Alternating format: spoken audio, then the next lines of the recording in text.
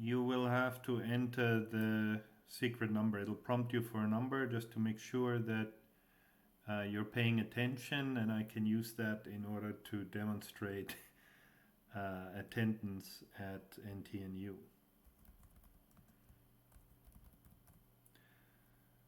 So, and today we will talk about camera calibration.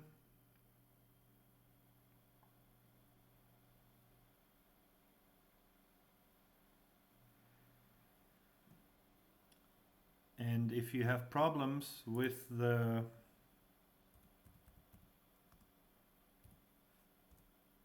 NTNU Online Lecturing Support said roll call, send a direct message to NTNU Online Lecturing Support with secret number 6845.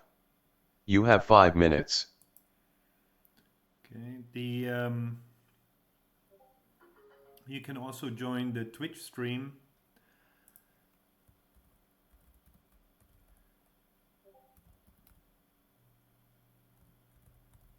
For Jackie Baltus.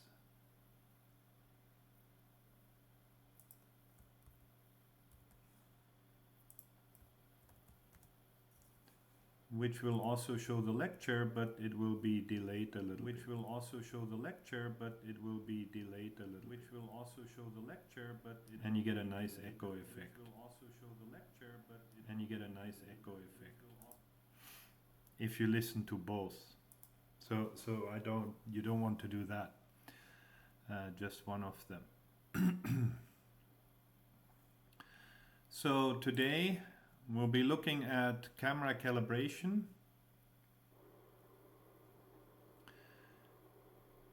So I started the camera calibration Jupyter Notebook.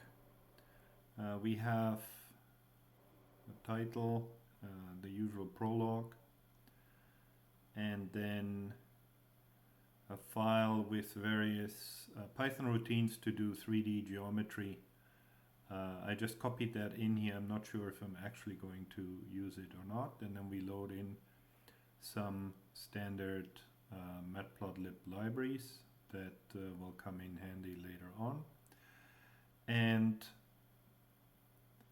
the problem that we're trying to solve is an extension of what we did last class. Last class, we looked at calibration of a plane just using the homogeneous transformations without taking perspective distortion into consideration. Today we'll be looking at the perspective distortion in the image and see what effect it has on an algorithm, the linear distance transform, which allows us to solve the camera calibration problem for three-dimensional objects and the perspective distortion. So we'll start out. We have a Rubik's Cube image that you can access. The link for the image is here.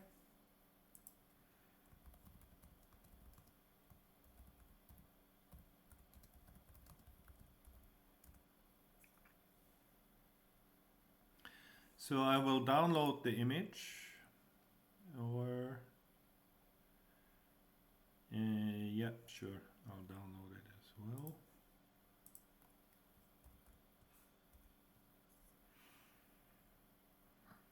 And then let me think if there is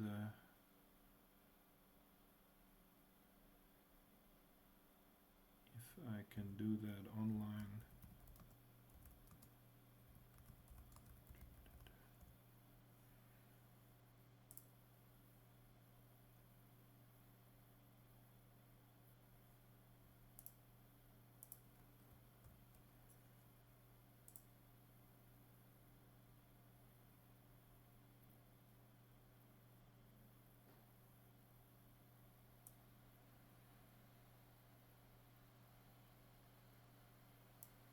Okay, I just want to check if I can get the pixel coordinates here. I don't think so.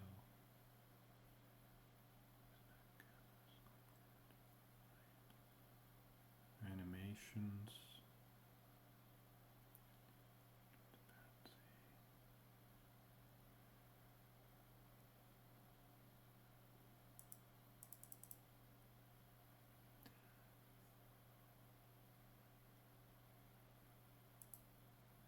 No, there may be one, but I don't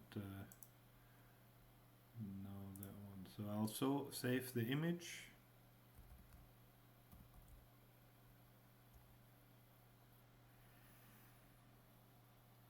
And then set up another scene.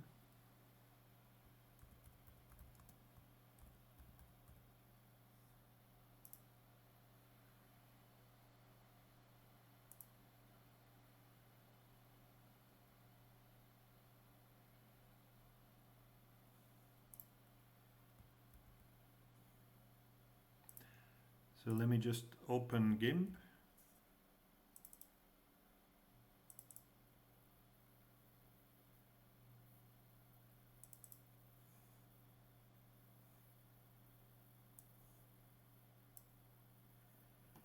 And add my webcam. Window. GIMP.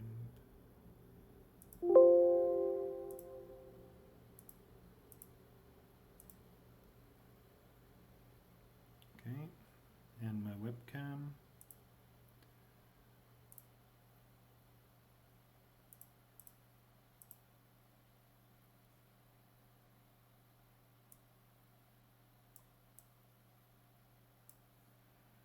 So here we have that set up, and now let me just remove this one. Okay.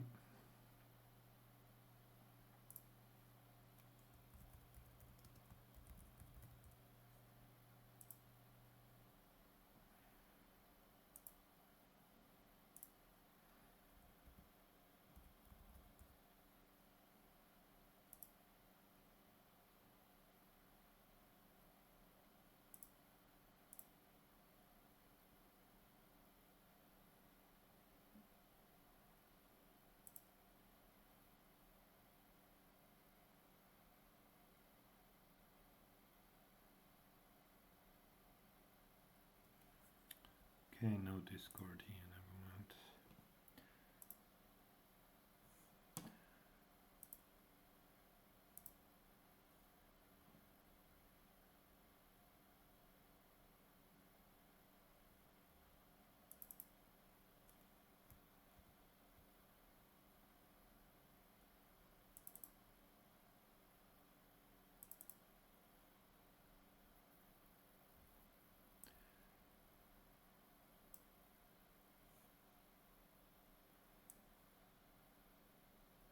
So here I have the image.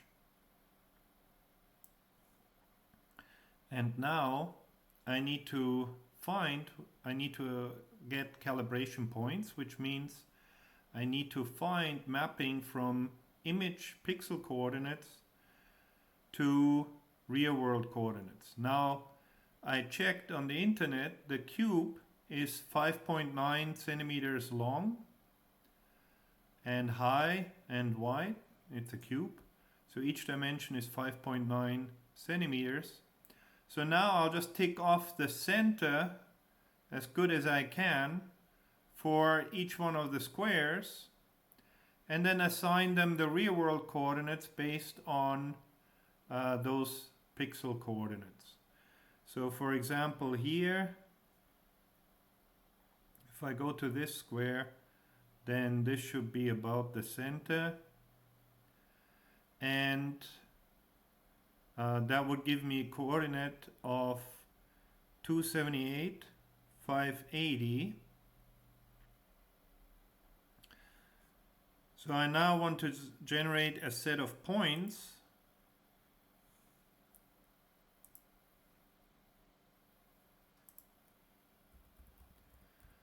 which maps those coordinates.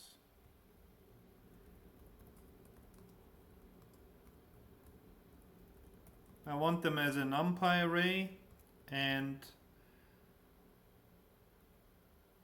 each point will consist of 2 entries for the image and 3 entries for the real world coordinate. Now,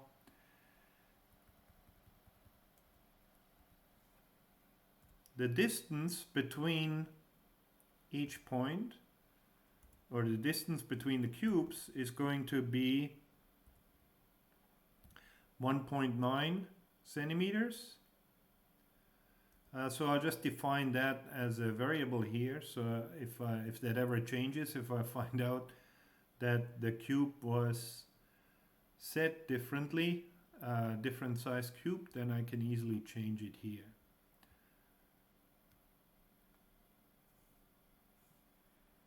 So again, we check, and I'll make this coordinate here, the bottom coordinate with the orange and white cube. That point here should be exactly 0, 0. So let's take the first point here, 369, 585.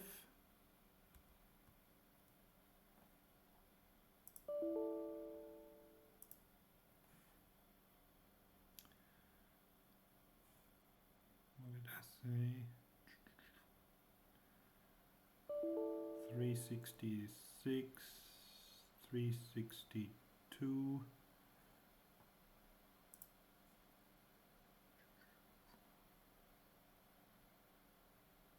$362, $585.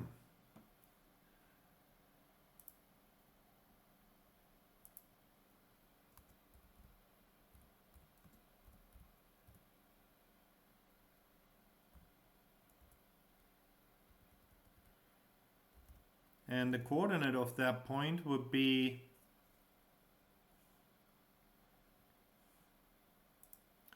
we let x go this way, z go up, and y would be going up here then. So blue one, from white to blue is x, from orange to green is y, and from white to white is the z axis of our coordinate system. So that would mean that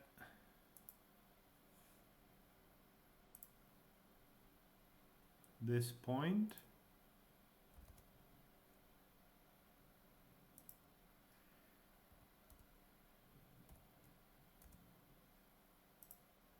that I have here, so this should be half of 1 whole square, right? So x coordinate would be dc divided by 2.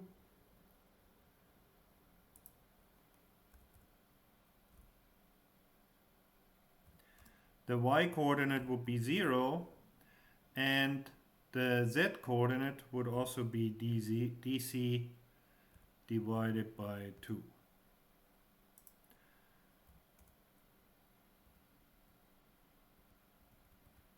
So now we try and find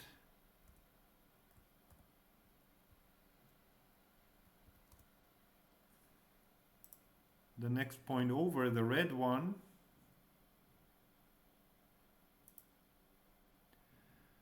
So for the red one, center I think is there, which is 450, 547.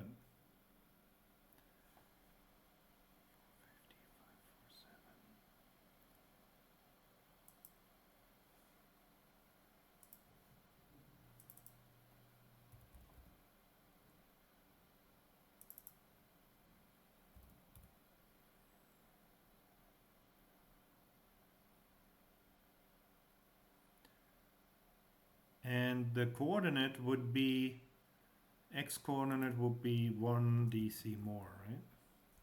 Because we're moving one step in this direction. Z and y are not changed.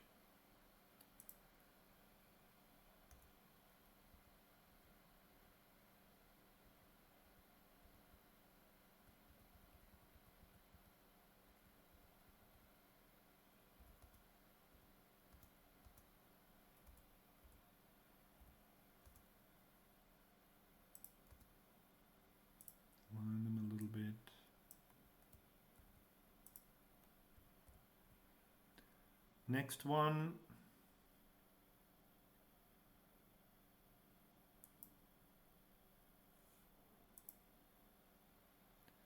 over here would be 530, 505.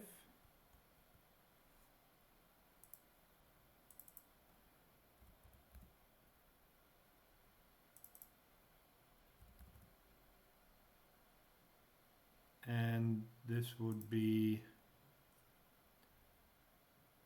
2 times DC. To add here, so this is the bottom row. Now let's do the coordinates in the y direction.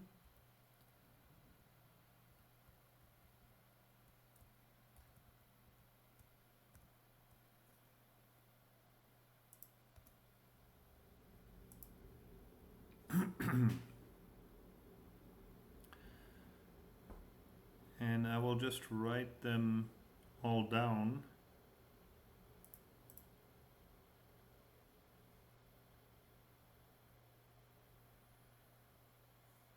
Here. I'll do that in one step. So first one is 278,577.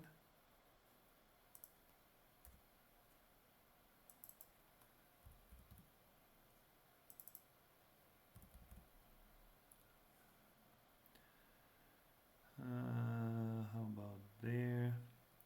206,544.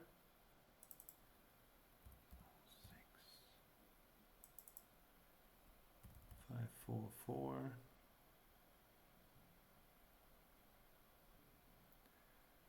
And 140,504.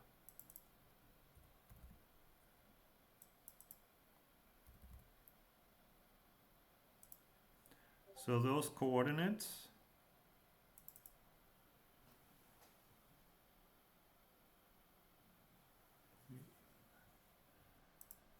send a message. Okay.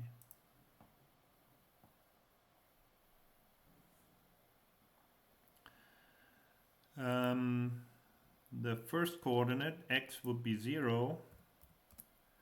Y, dc over 2. And z, dc over 2. Next one will be x is 0, dc over 2. I can just flip those. Because on that plane of the cube,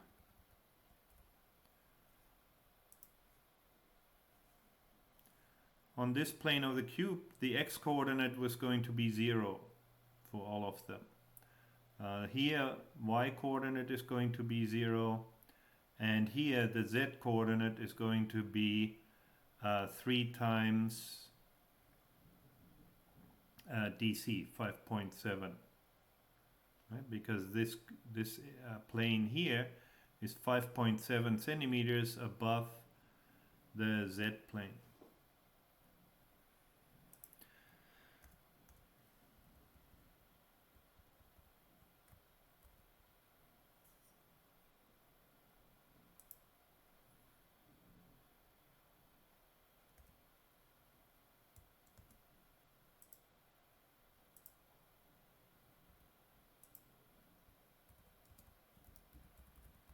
So here's the x-plane, y-plane, and z-plane.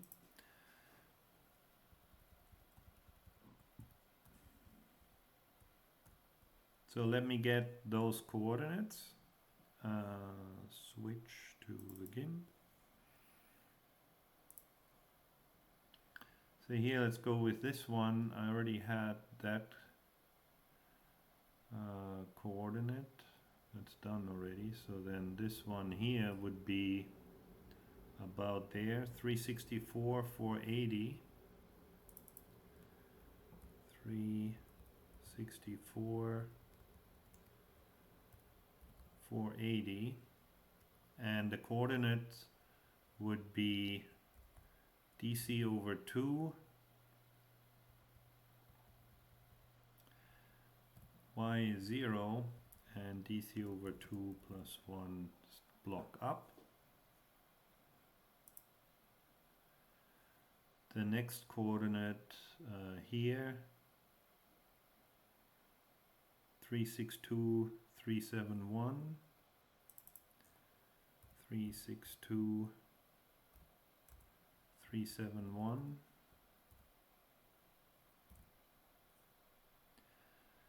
We'll have x coordinate DC over 2, y coordinate of 0,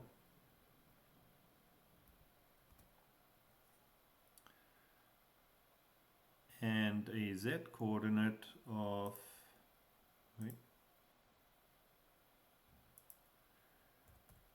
DC over 2 plus 2 times DC. And now I will add 2 points more for the z coordinate on the other part of the cube. So here I get 278, 476.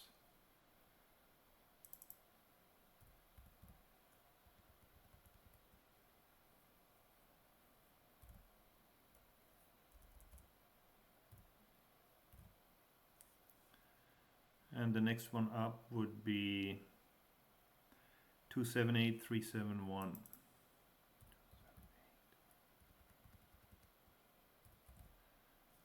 371. Now the coordinates there, x would be 0, y would be DC over 2,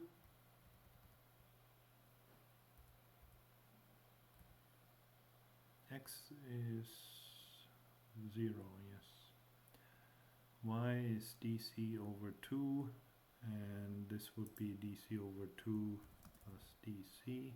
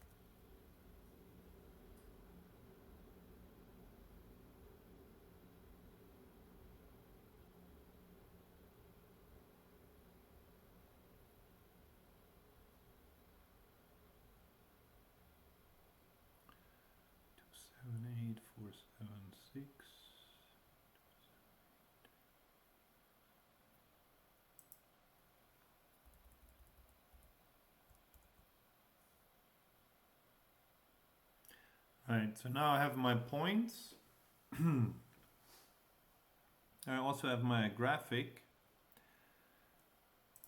So I want to plot the points first to make sure that I didn't mess up too badly with positioning them.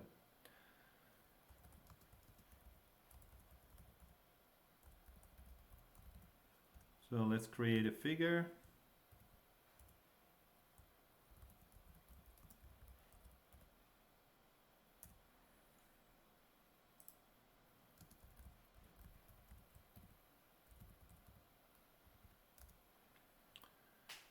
And an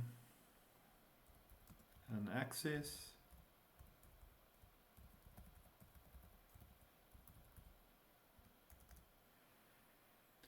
And then I need to get the x and y coordinates of what I want to plot. So actually, I think it was a mistake because if I want to use NumPy arrays, they need to have the same dimension in both directions. It will make things a lot easier to reason about. So I'll put them all in a single list rather than two separate lists, which means I can get rid of this one as well.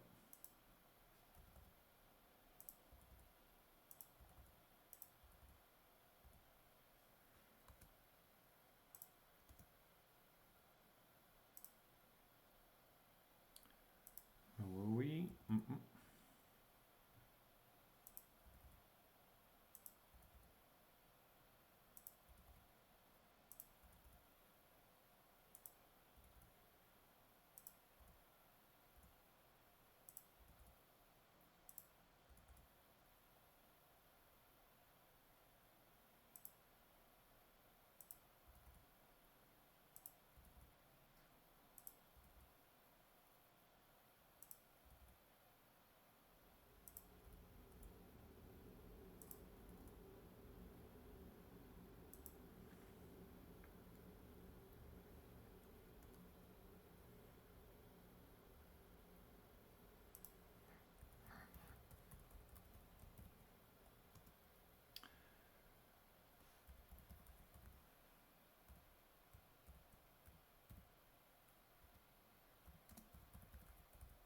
X and Y coordinates, size 30, color equals cyan,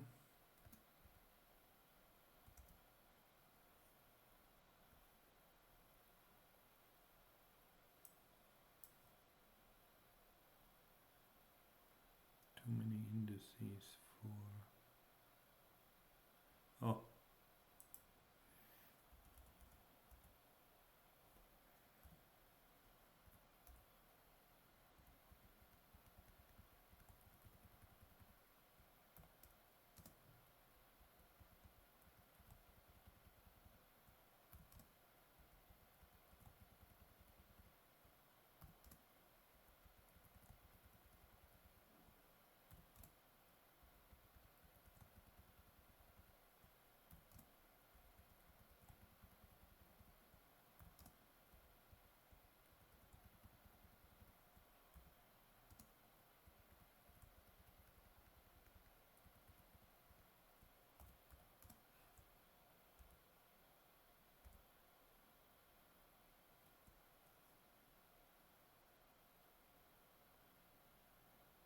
oh, I think it would be better to plot the image first.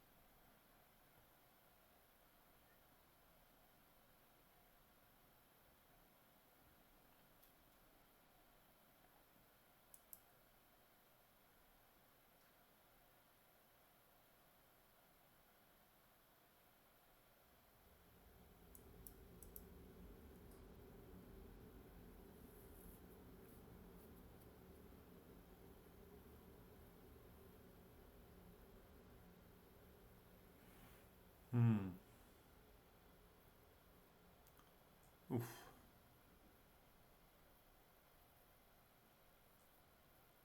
Okay. Discord just restarted for some reason for me.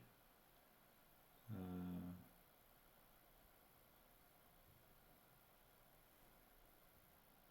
can you guys hear me?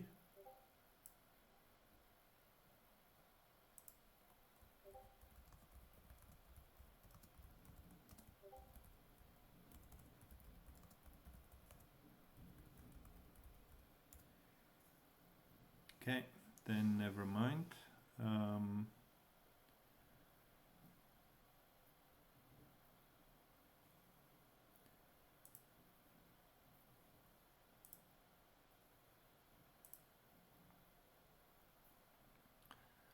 What did I plot?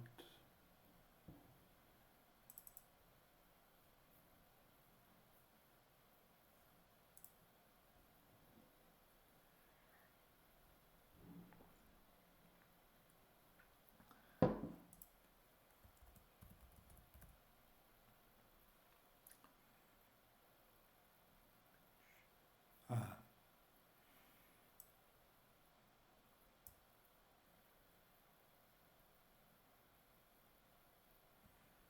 okay, let me do it this way.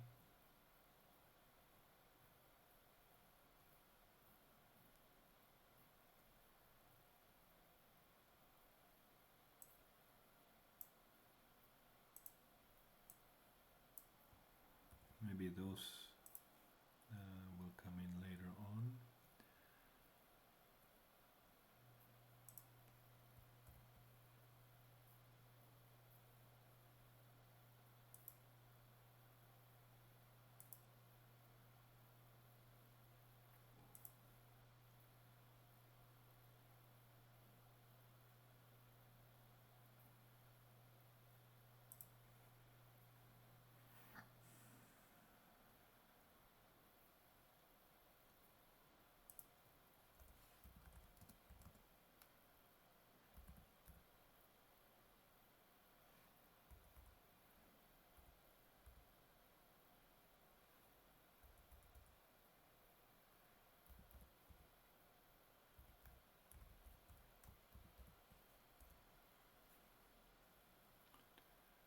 Read, and URL is here.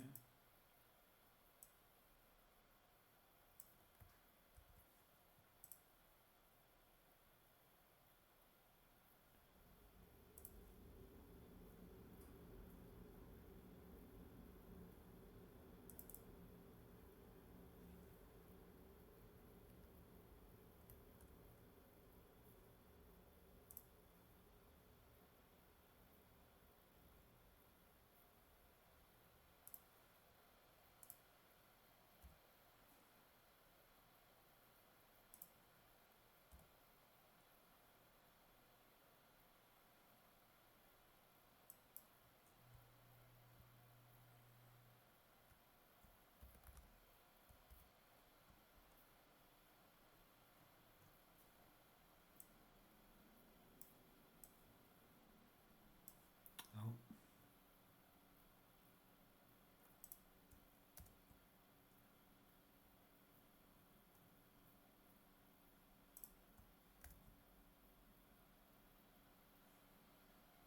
okay.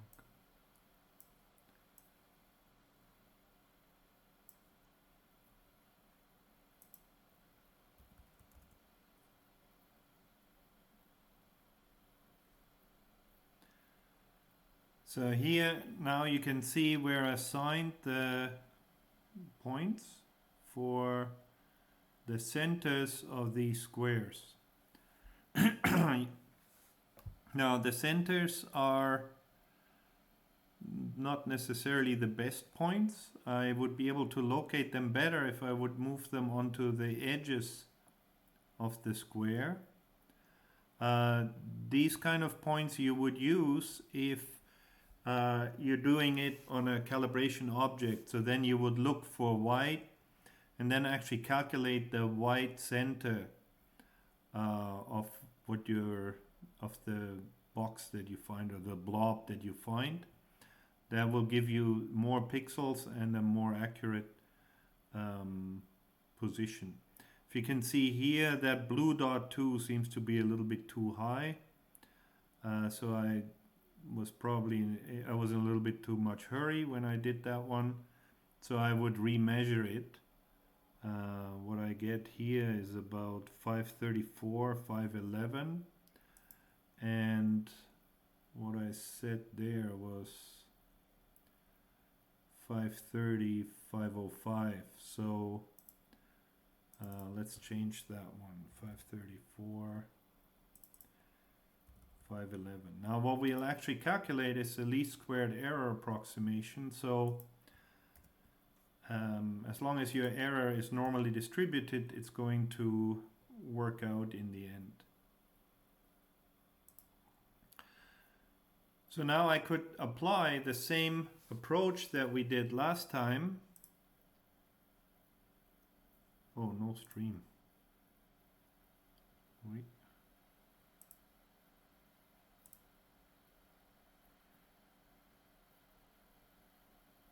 Okay, now the stream should be up.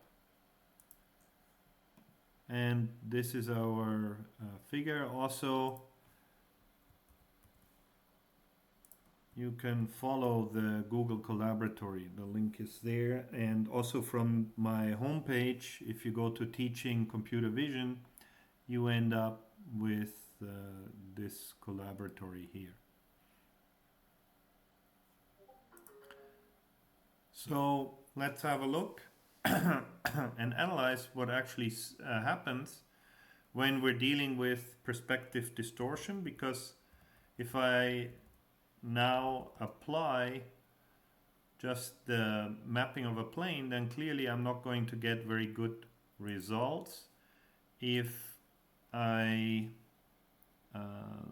think about it, the distance from here to there is larger than the distance from here to there, or here to there, or here to there, because points that are further away are going to move together. Distances that are further away from the camera back here are going to be smaller than the same distance on the front of the cube. And this is what we have to model.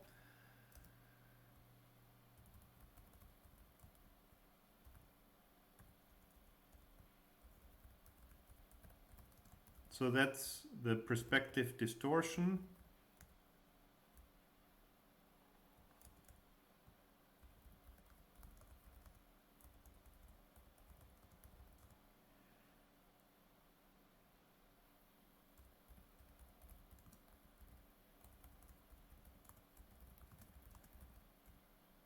And this applies both to humans and camera systems.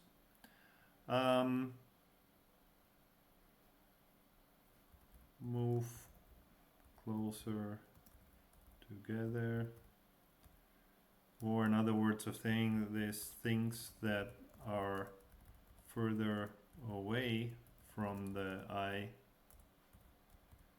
camera are smaller.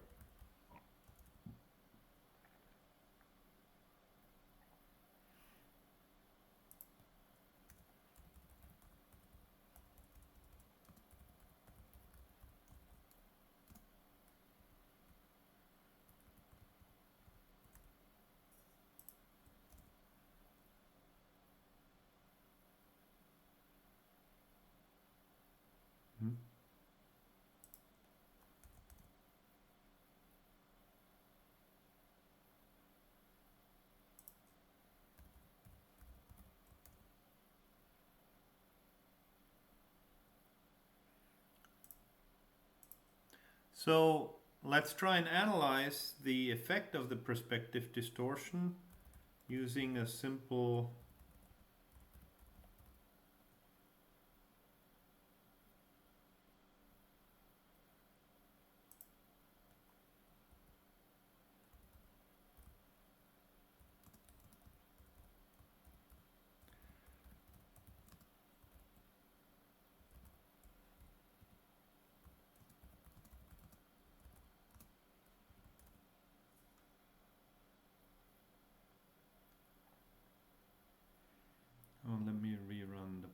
Yeah, now the points look a little bit better, I think.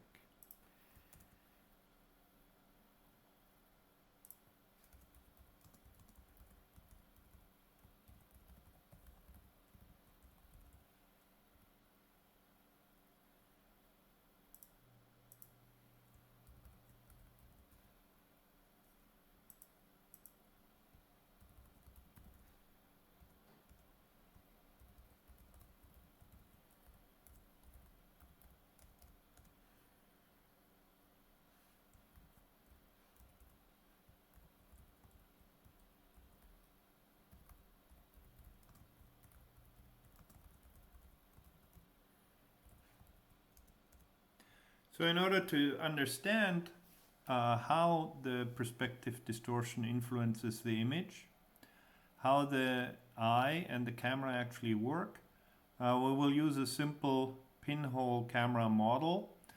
The basic idea is that we have an image plane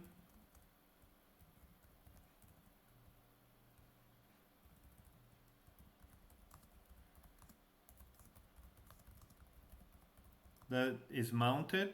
So this would be your CCD or CMOS sensor, or the back of your eye. But there are some differences between the eye and the camera, just not terribly significant ones at this point. So image plane is mounted.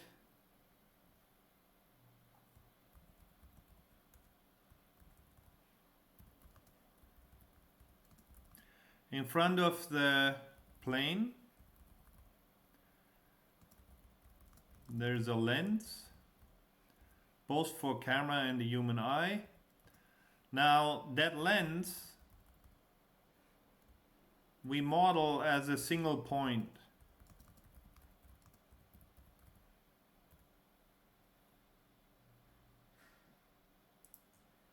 The distance that between the lens and the image plane, we'll call that distance f, and in a little bit you'll see why we call it f rather than d or something like that.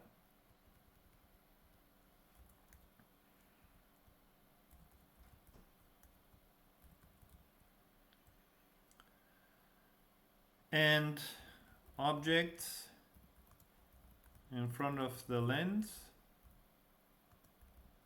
will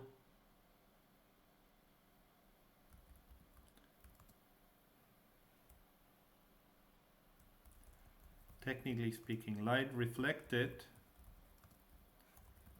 from objects in front of the lens will enter the camera eye through the point lens and then strike the image sensor, the sensor.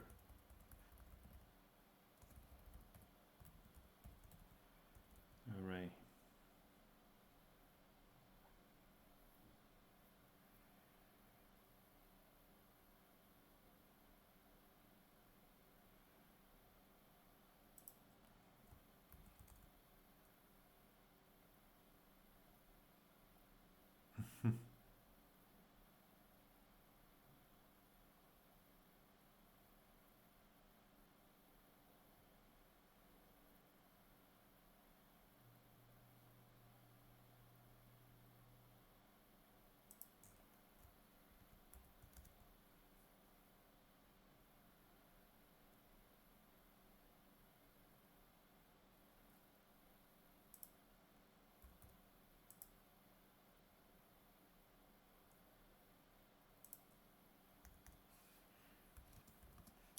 So now let's draw this. Let's say that focal length f is 0.5.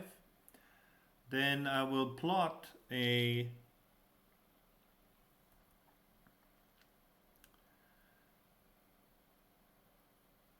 I will plot an image plane and an object, and then we can see how the lines, how the image changes. Now the camera, I'll make it point from, oh,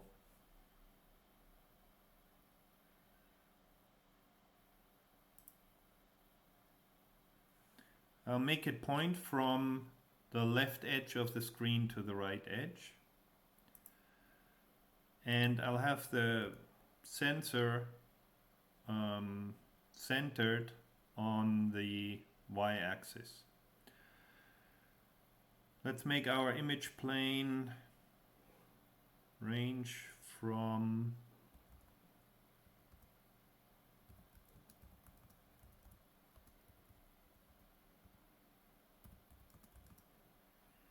make the image plane 2 centimeters big. So that means it will range from minus IP divided by 2 to IP divided by 2. And let's plot it in green.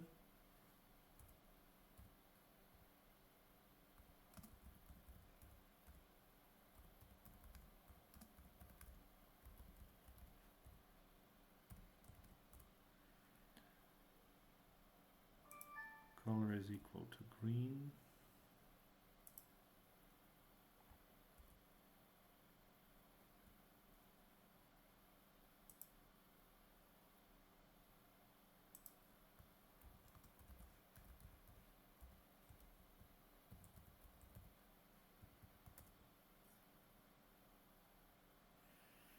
Right, so that's not much now.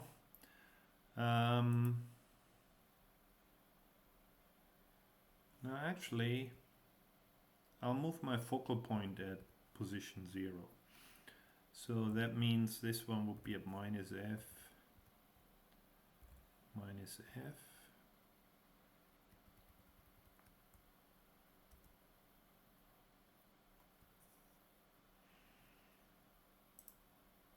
So now I want to plot the focal point.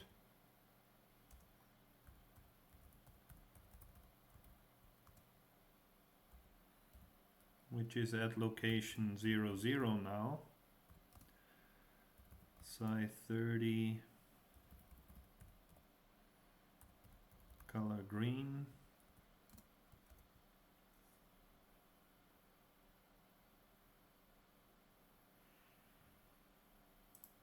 And now let's put some objects in front of the camera.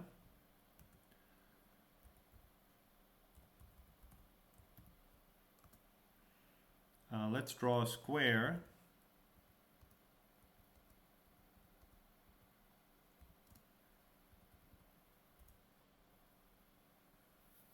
Actually,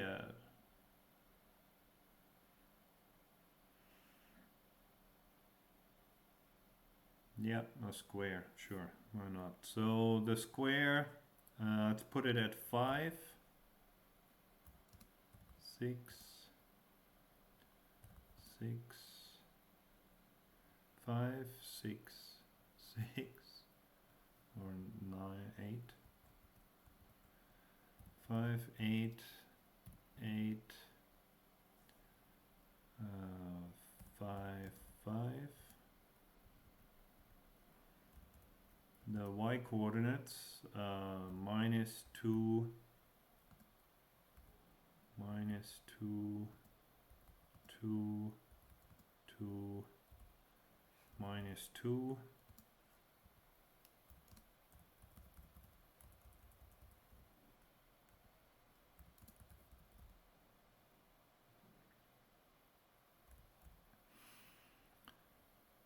So color is equal to red or blue.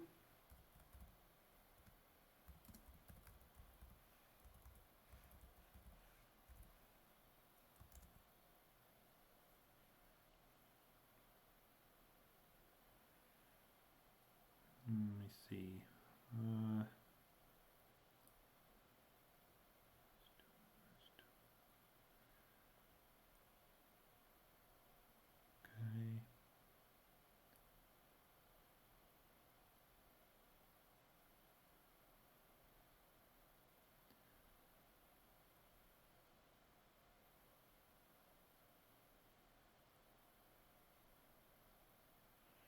actually I just yeah, okay.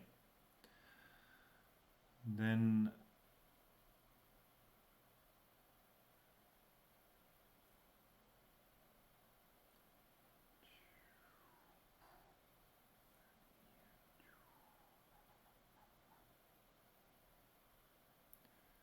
so move this one forward to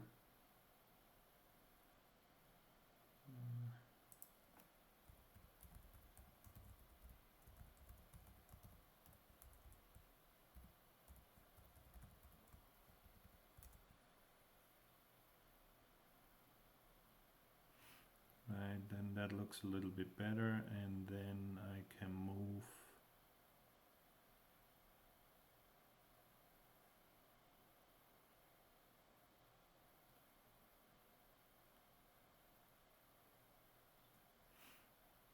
I think that's okay.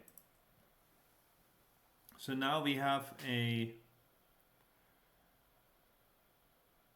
simplified camera model with a pinhole camera. The actual lens is here. NTNU Online Lecturing Support said roll call, send a direct message to NTNU Online Lecturing Support with secret number 4541. You have 5 minutes.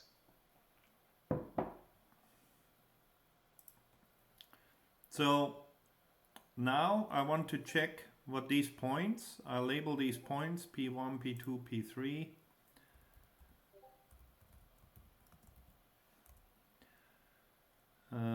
So this one was 5 minus 2, so 5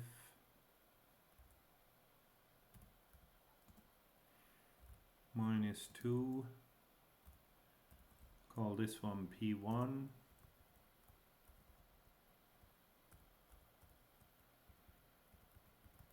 P2, P3, P4, 5 minus 2, 8 minus 2, 8, 2, and 5, 2. So now we have P1, P2, P3, and P4. Our focal point, pinhole,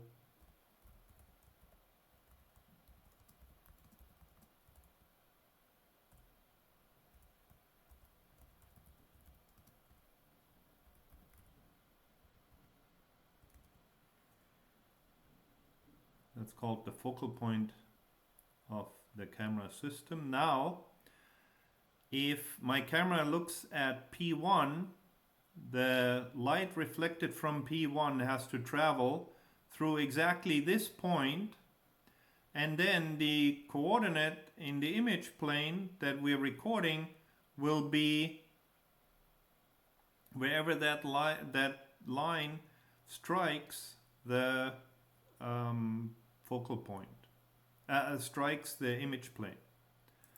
So let's draw this one.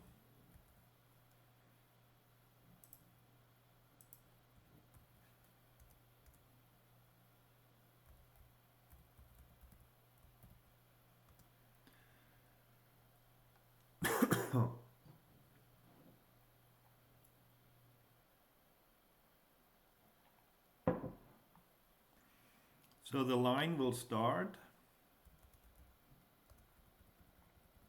at point P1.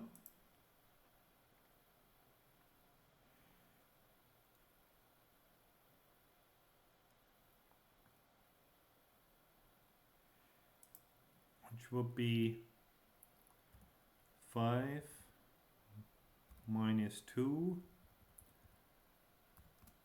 Then here the distance would be minus f.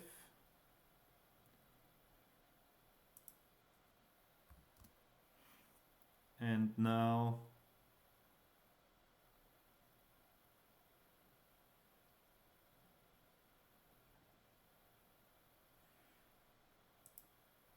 what will be this point? That's the question. In order, right?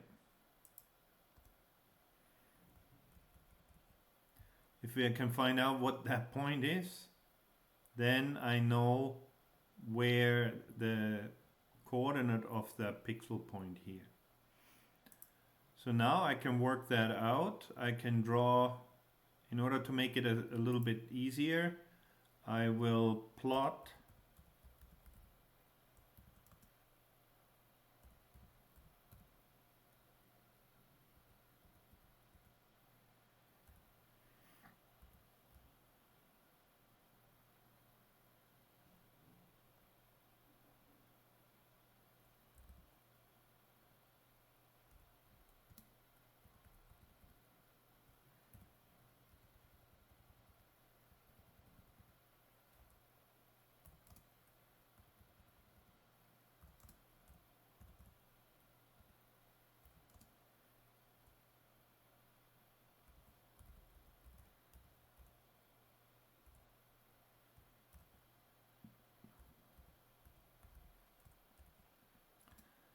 a black sort of line that helps in the construction.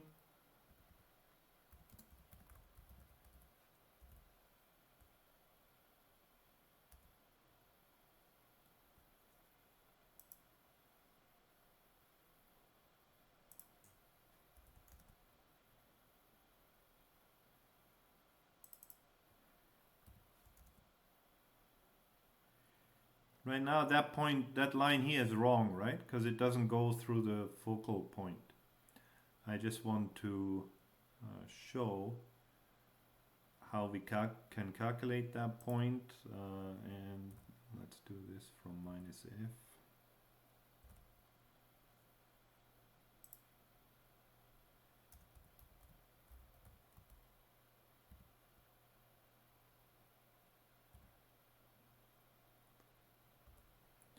Go to 5, yeah.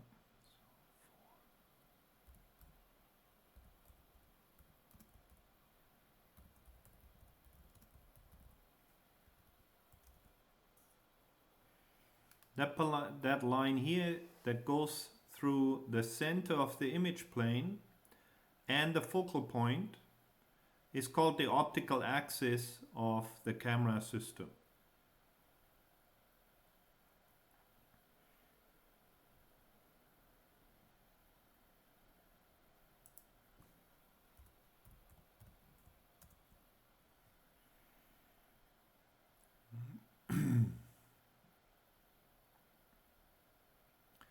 And now, as you can see, I can draw a line from P1 to the focal point easily enough, because that's where it goes through. So let's plot that line there first.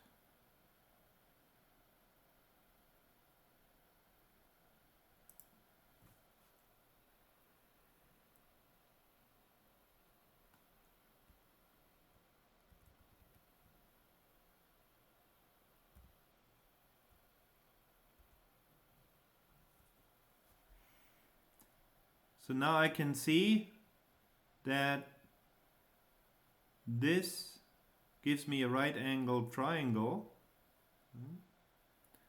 Now the ray cast from the point P1 is going to strike the image plane. So let's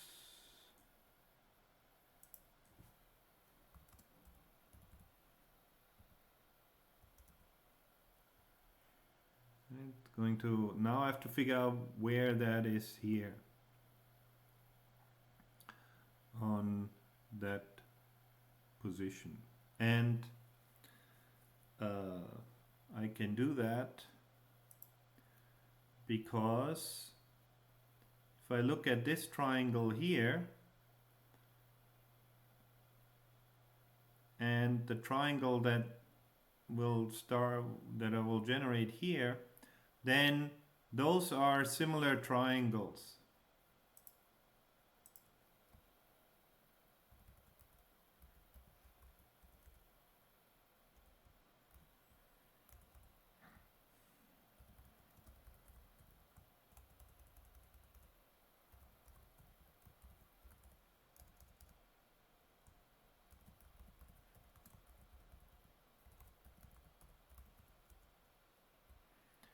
So similar triangles.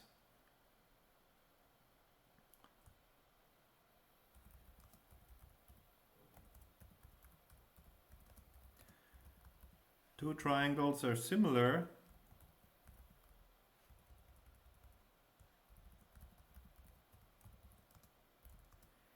if there are,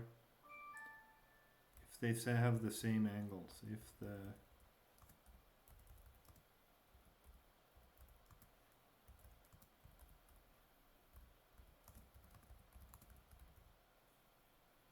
same. Now in this figure it's easy to see why that triangle, those two triangles will be similar, because this angle and this angle here is going to be the same, right? There are two angles of a line intersection, so this angle must be the same as this angle. Oh, how come we have...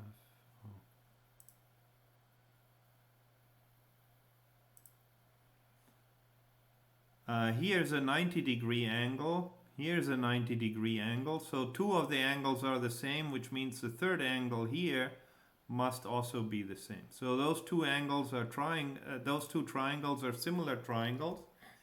In our case, what is important is that the ratio of any two sides between similar triangles is going to be equal.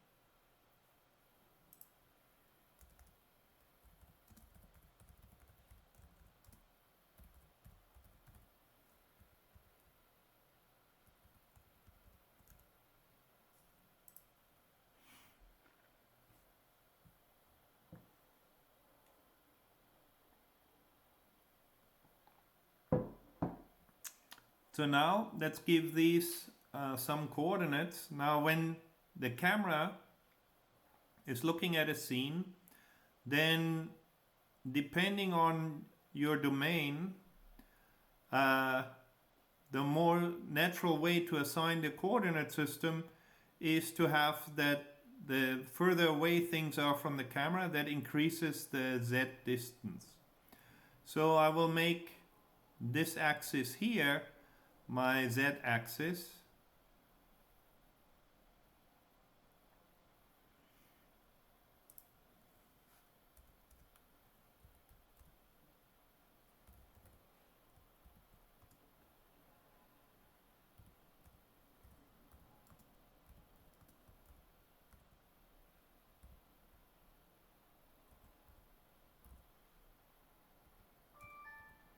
along the optical axis.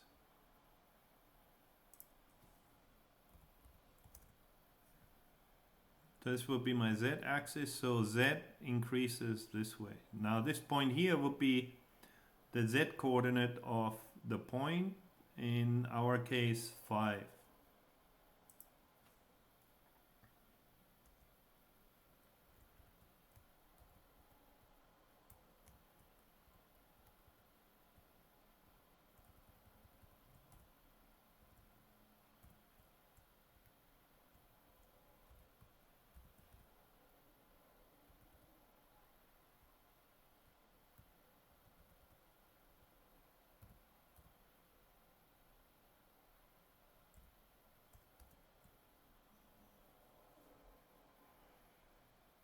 And then this is our x-coordinate.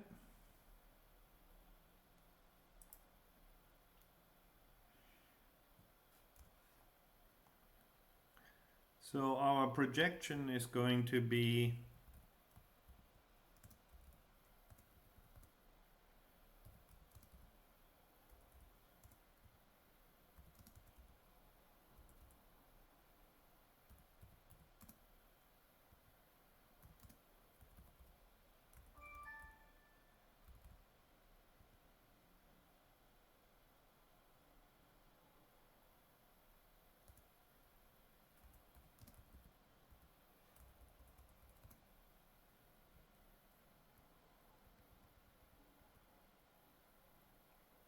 from 0, 0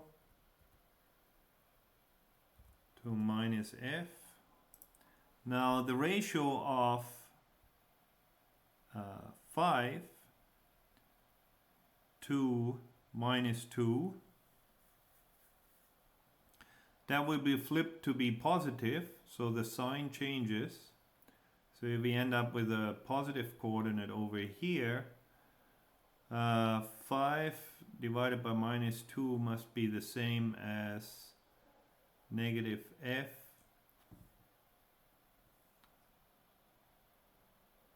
divided by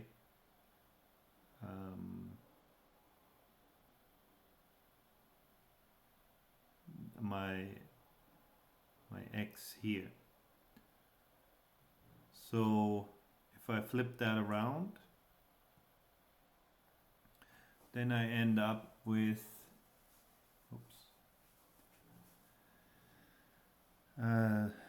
this divided by z. So the image point u is equal to, for my point, minus 2 divided by 5 multiplied by minus f.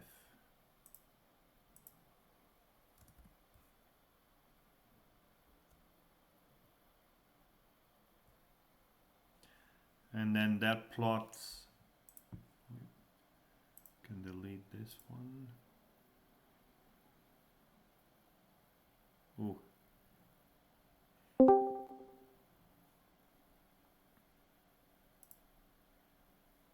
Okay.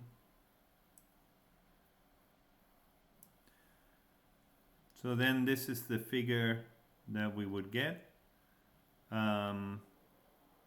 Here you can see the line continues.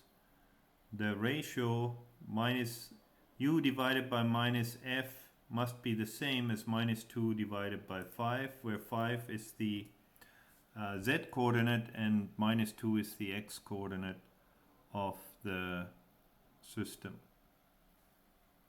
And now we can see why the same distance, if I go to 8,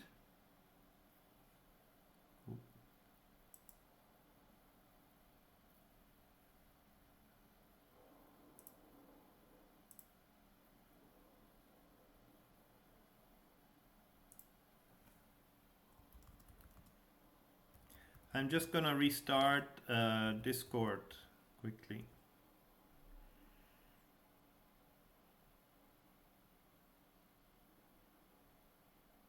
Let me stop streaming, disconnect. I'll be back in a minute.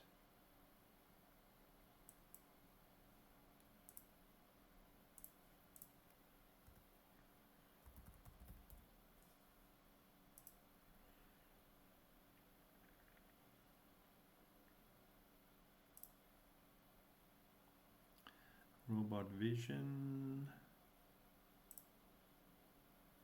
connect and stream.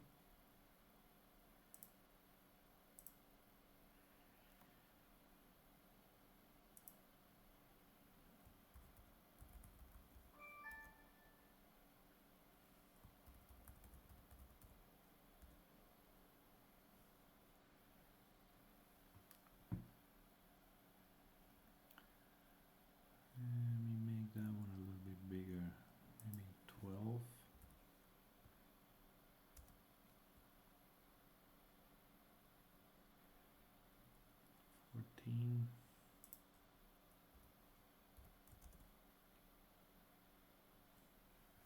Here's our figure so far. You can now try and plot the line from P3 to the focal point and where it hits the image plane.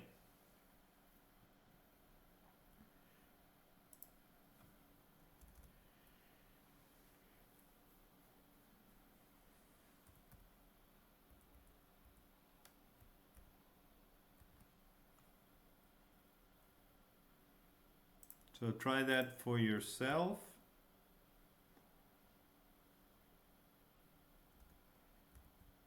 Without looking at MineCode for the solution. So P3 is the point at 8.5.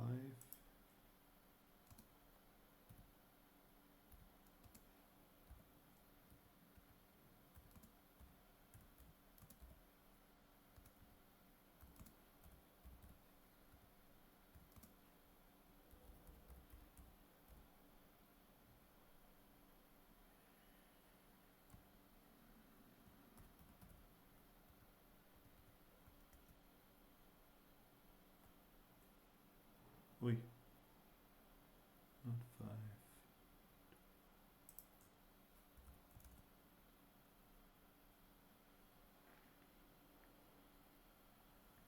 Right, so now we have a beam of light from P3 that goes to the focal point.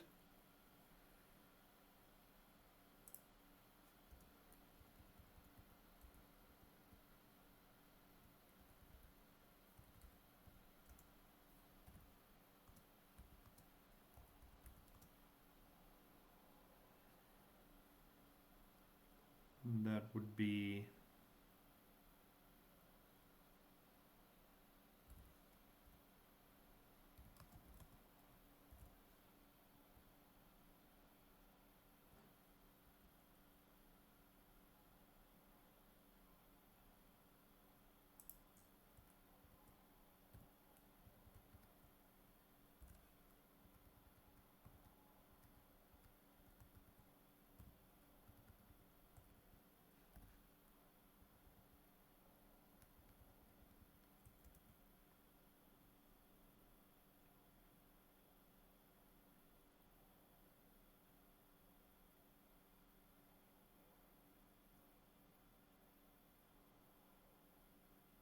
undo my line. Oh,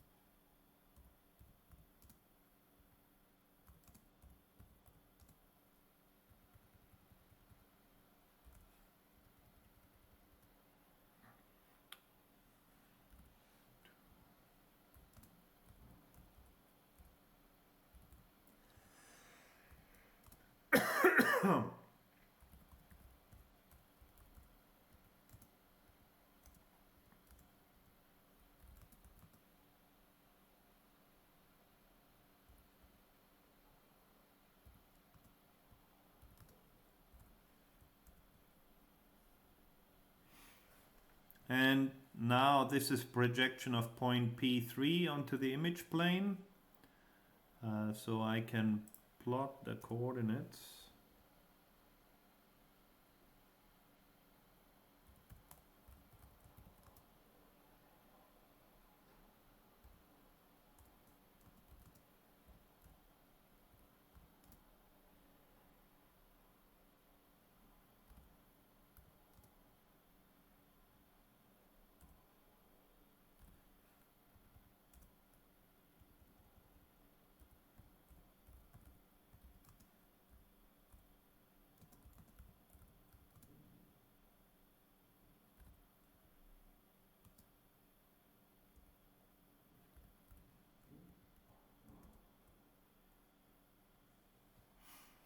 And now you can see that the distance u1 is actually much bigger than u2.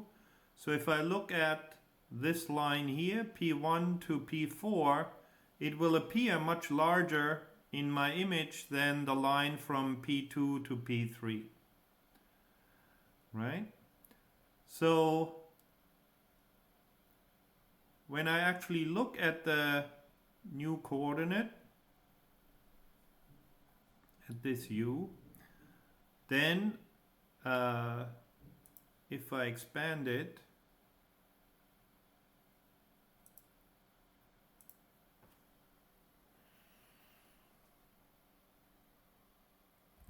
Then I have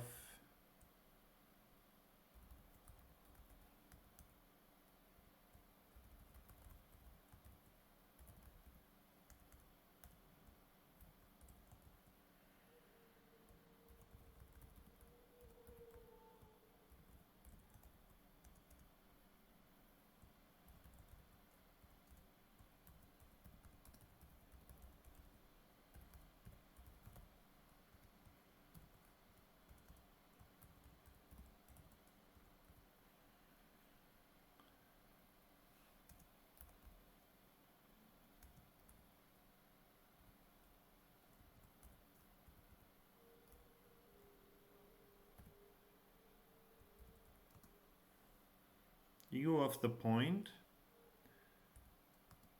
is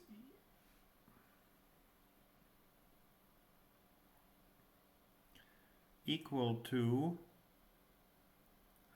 the z f.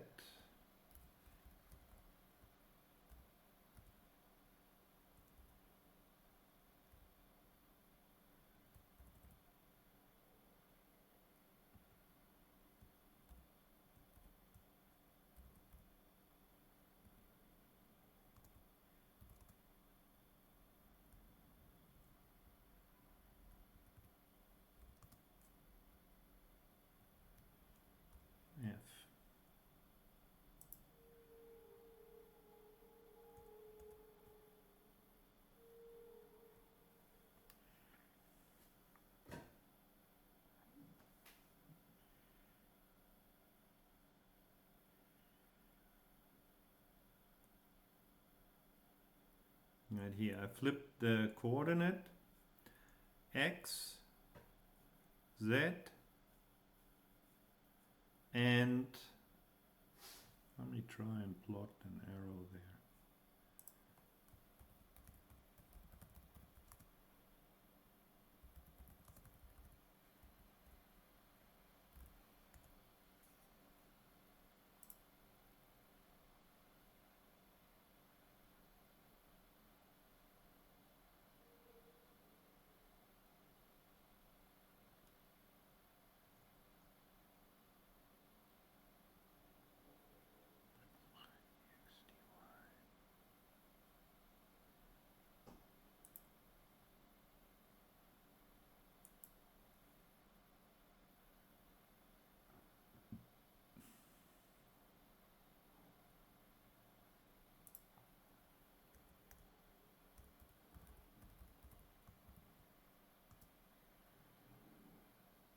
So let's plot that at 0, 1, dx 1, dy 0.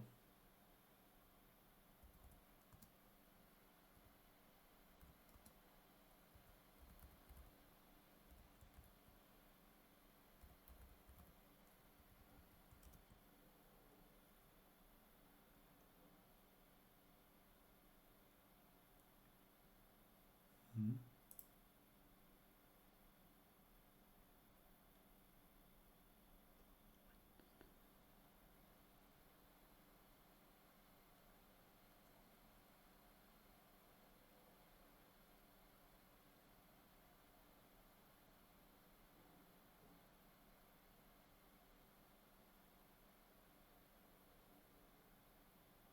Ooh.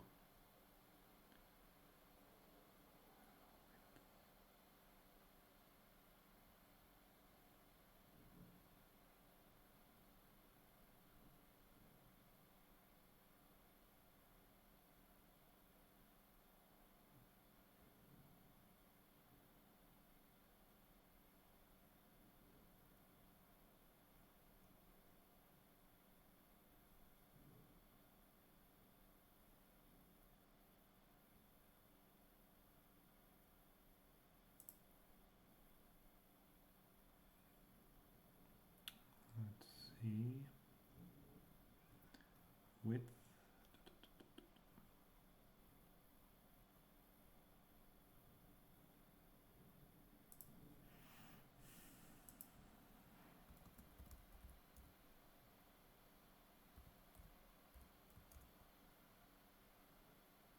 Right, So maybe a little bit too big.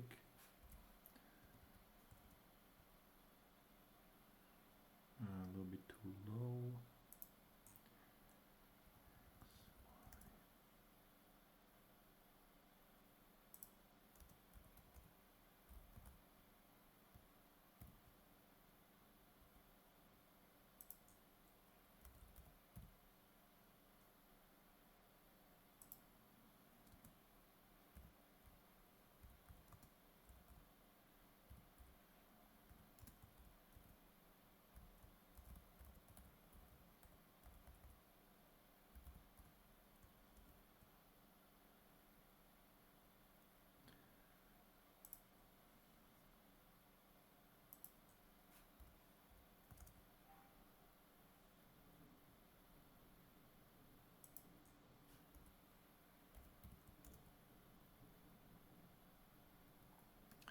So this is the Z direction, and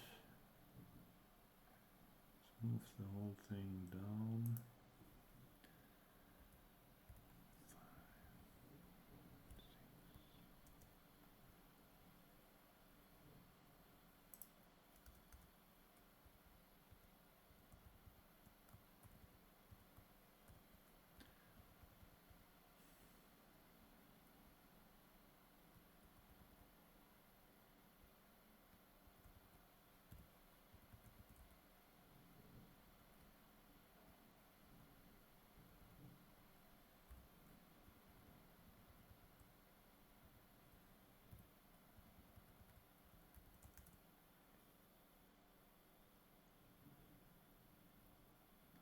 Too big. 3, 4.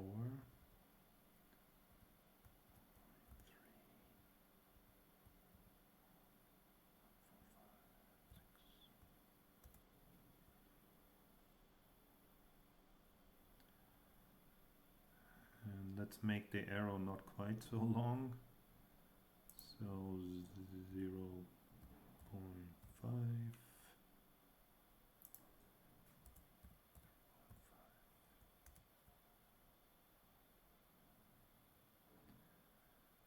So this is the Z direction, this is the X direction. Let me see if I can color equals blue.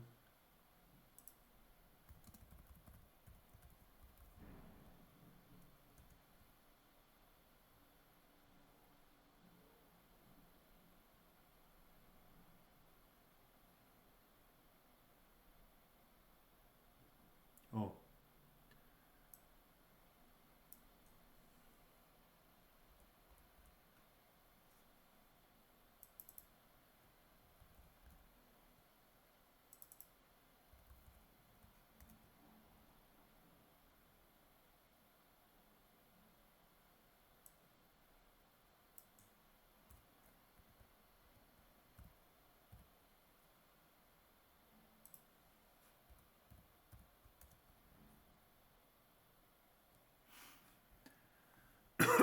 So here's our coordinate system, the directions, Z direction, X direction. So the image, the coordinate in the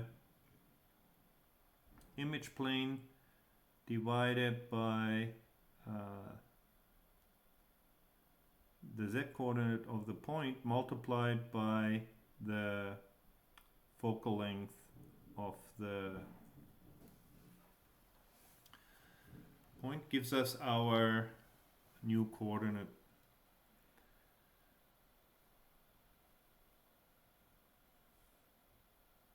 So then if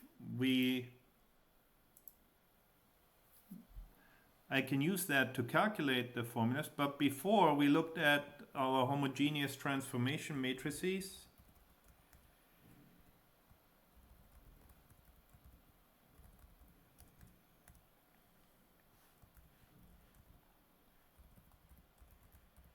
And we talked about homogeneous coordinates.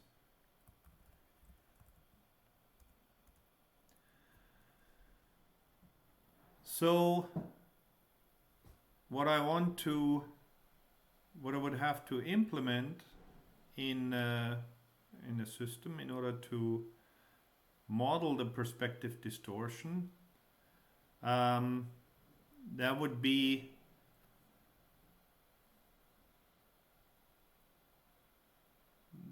how can I model that? Basically, I would need to model take the x coordinate that I have, right? I can rewrite that.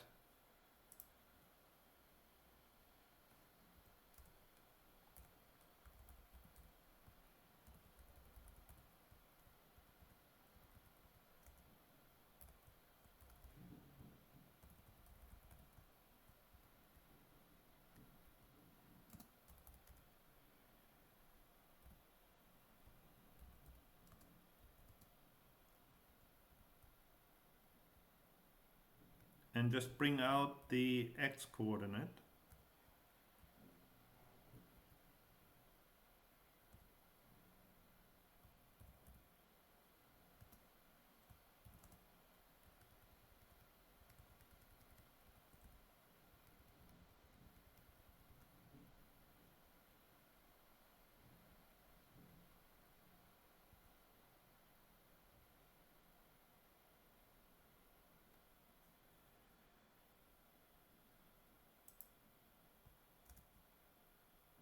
Sure, that's correct.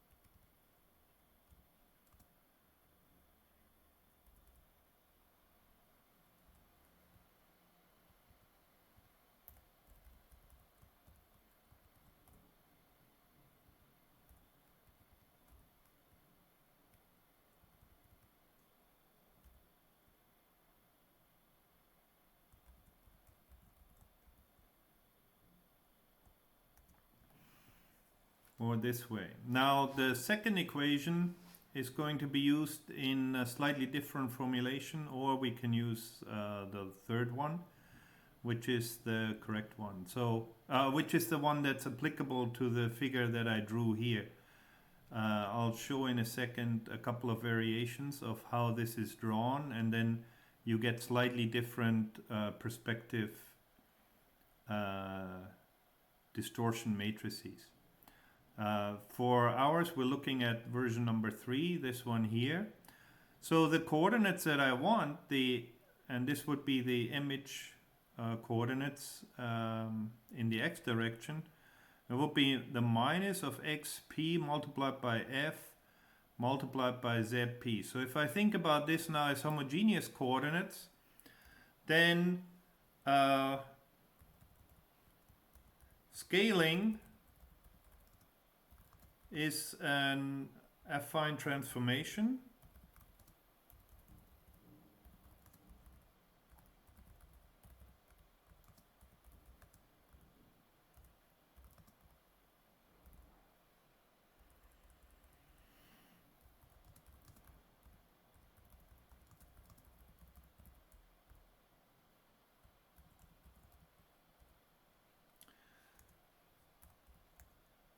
That I can model using the following transformation matrix.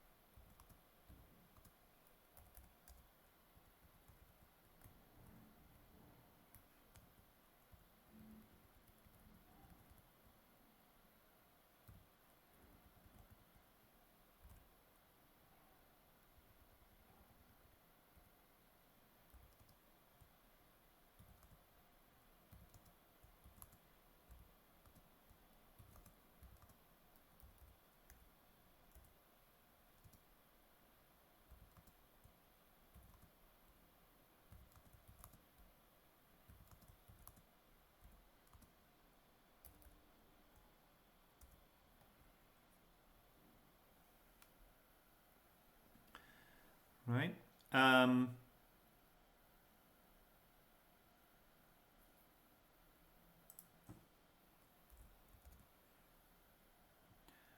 So here I scale the x and the y direction by minus f.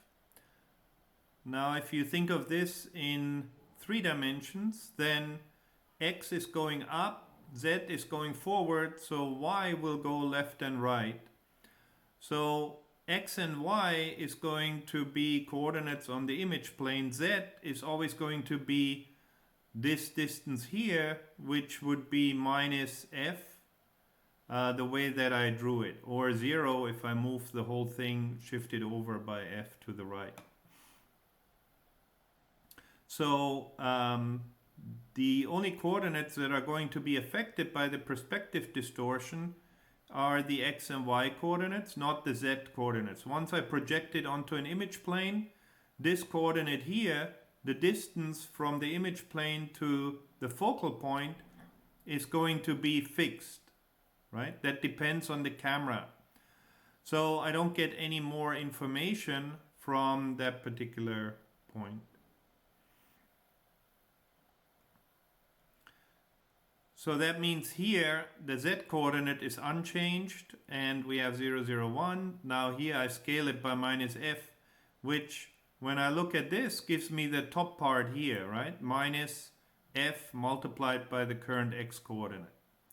But then I have to divide it by zp, the z coordinate of the point.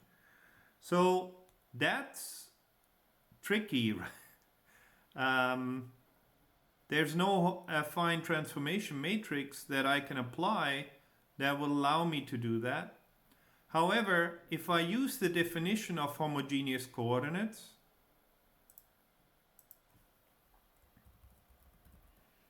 when we introduce the homogeneous coordinates,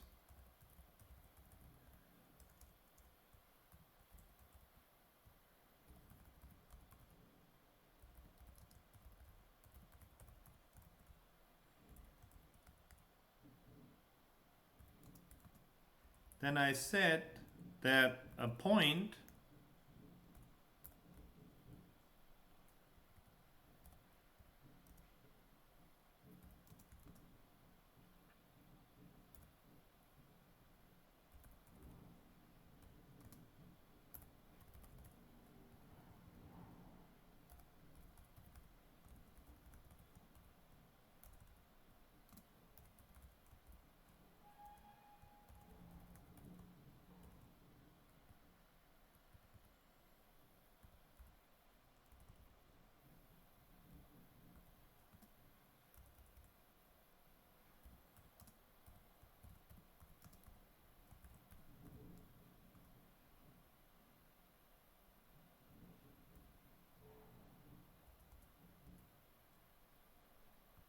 with coordinates xi, yi, and zi,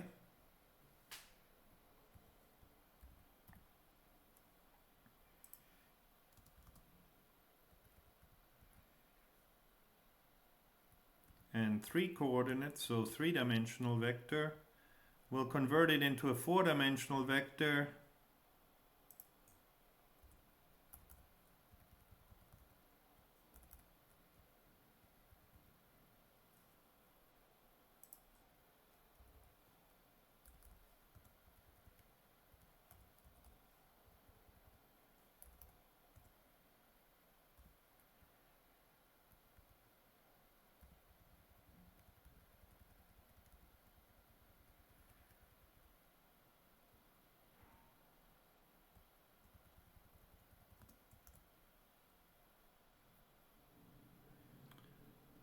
Not I, xi.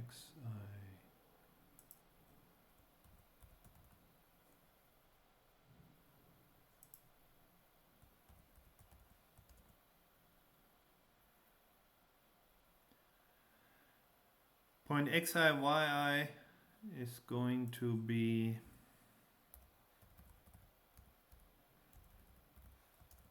remapped to a homogeneous coordinates kxi, ky, kzi, and k. And so far we've only ever done x, y, z, and 1, right? And it wasn't really clear why we would have this extension for multiple representations for a point by having an arbitrary k that we can multiply here. Now, with the... Wait, that was higher than I thought.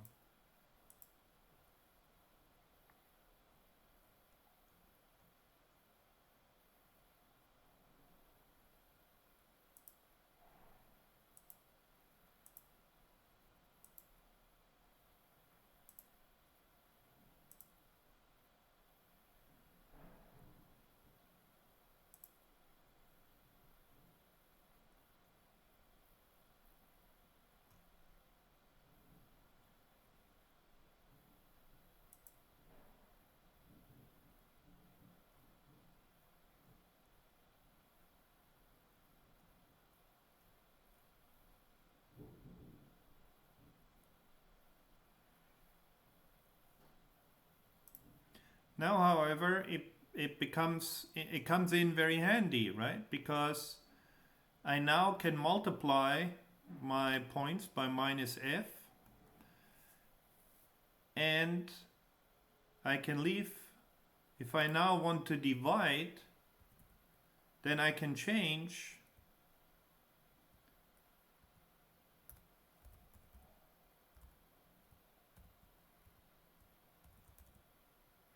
my homogeneous transformation matrix by checking this one to 1. Because then what will happen? If I multiply the last row, I'll get 0 multiplied by x, plus 0 multiplied by y, plus 1 multiplied by z. So that gives me the z coordinate. When I multiply this here at the beginning, I get minus f times x. So this is exactly the transformation that I need here. Minus f multiplied by x divided by zp when I convert it back into homogeneous coordinates, into 3D coordinates.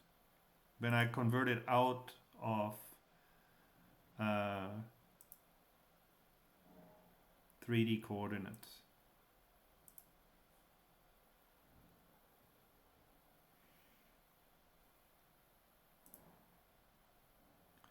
So the perspective distortion matrix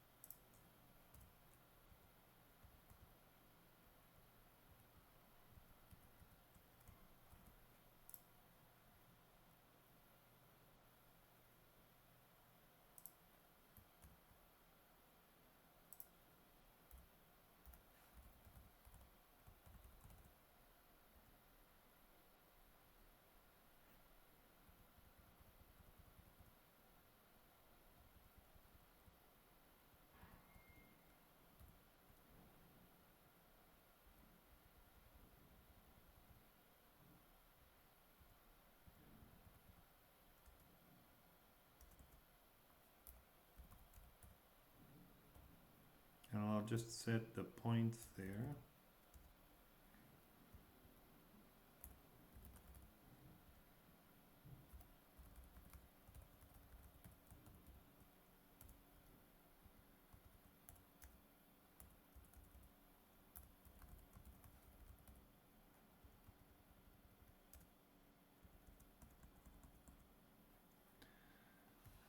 xi, yi,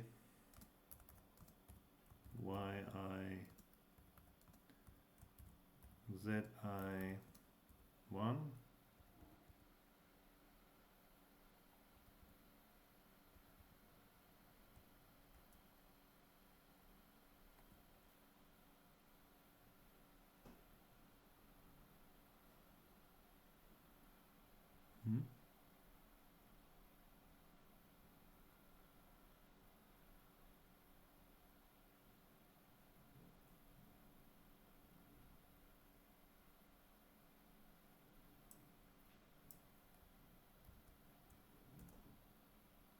NTNU Online Lecturing Support said roll call, send a direct message to NTNU Online Lecturing Support with secret number 4226. You have 5 minutes. There you go. See who's still awake.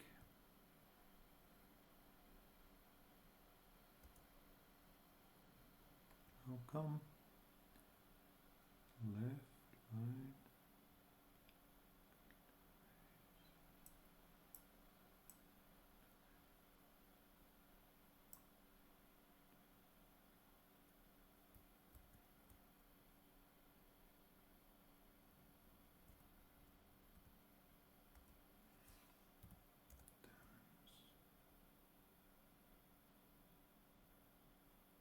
Okay.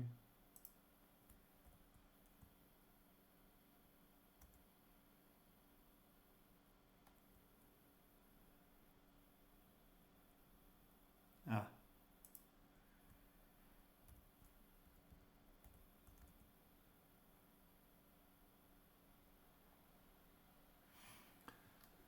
So if I multiply this out, I get minus f times xi, right? For k multiply, and here the denominator is going to be 0 times x, 0 times y, 1 times z, plus 1 times 1, and that's my denominator here. Then I can divide through and I will end up with the k, the original k that I have, multiplied by this part here.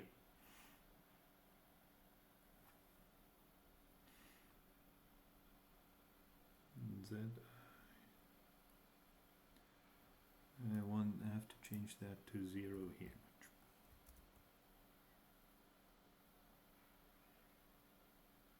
That looks.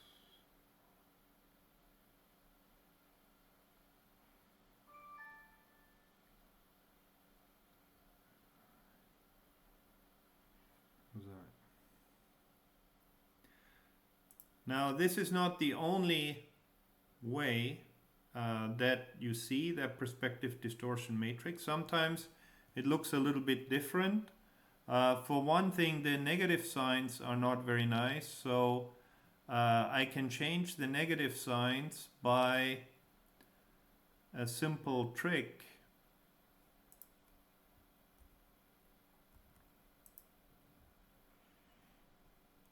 If I look at the figure,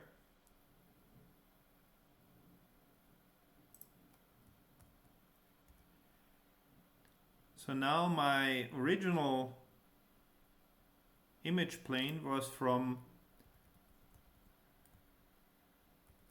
located at minus f, right? And it was from IP2 to minus 1. Now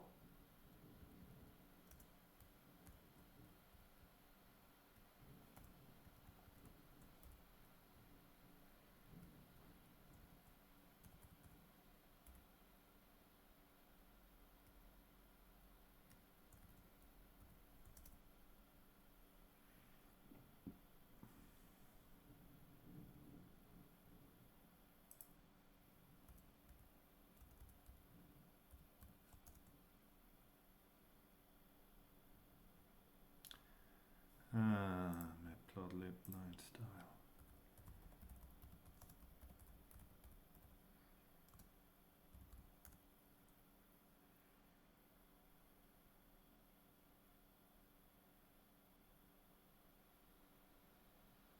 dotted.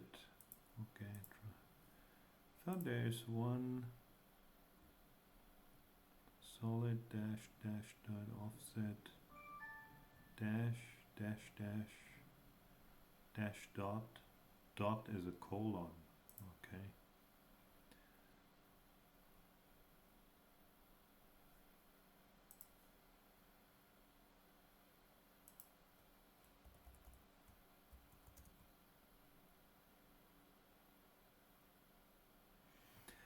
So here, instead of having the image plane at minus f, I can move it to plus f. Right? So this would be up here.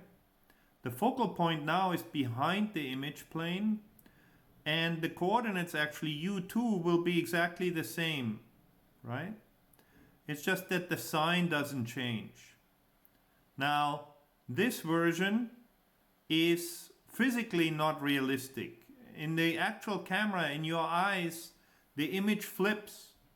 However, when we do the calibration, it doesn't really matter if I consider this to be plus this way or plus going the other way. So I can flip the sign easily enough. And one neat way of doing that is to move the image plane to the front. The other version of the coordinate system that you get, the other change that you get, other version of the perspective transformation matrix, you get if your focal point is not at 0, 0, but if the image plane is at 0. Because then you get z minus f basically in the equation, and you get a slightly different transformation matrix. So sometimes when you see the matrix, the perspective transformation matrix, you also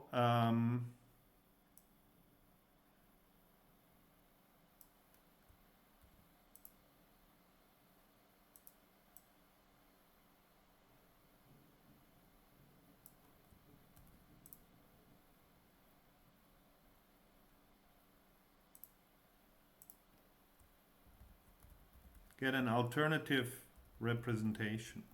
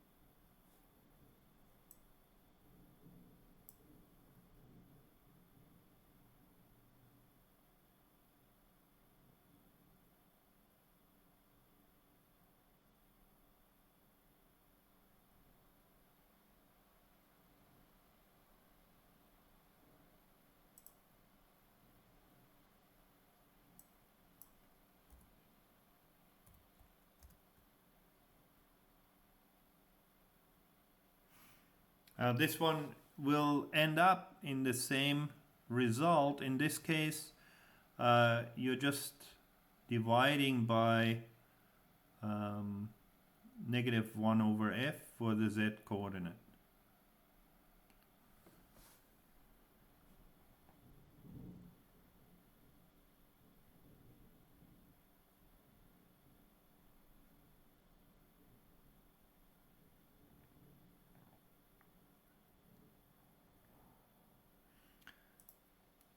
So now, how does that help us with our points?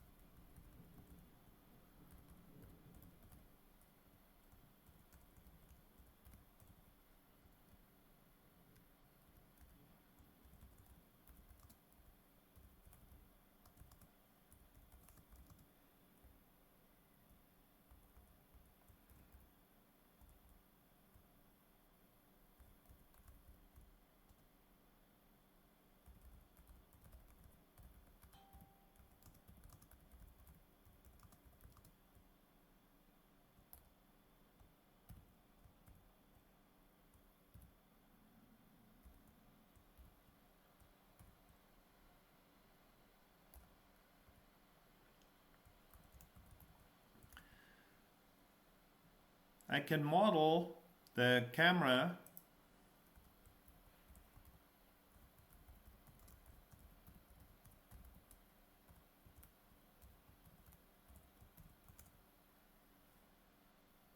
as a compound transformation that consists of moving the camera, actually this should probably be the other way around, T and R here. Rotating the camera, then moving it to the target location, and then doing the perspective distortion. So there's a perspective distortion component or perspective projection component. There's a translation and a rotation.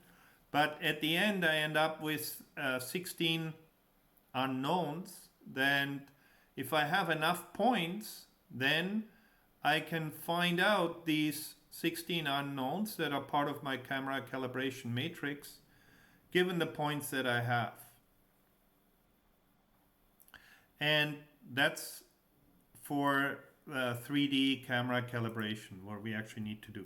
Now we're using a similar approach to last class, where we did this for two-dimensional, for a single plane, without the perspective distortion. Now we need to add the perspective distortion or the perspective projection component to it.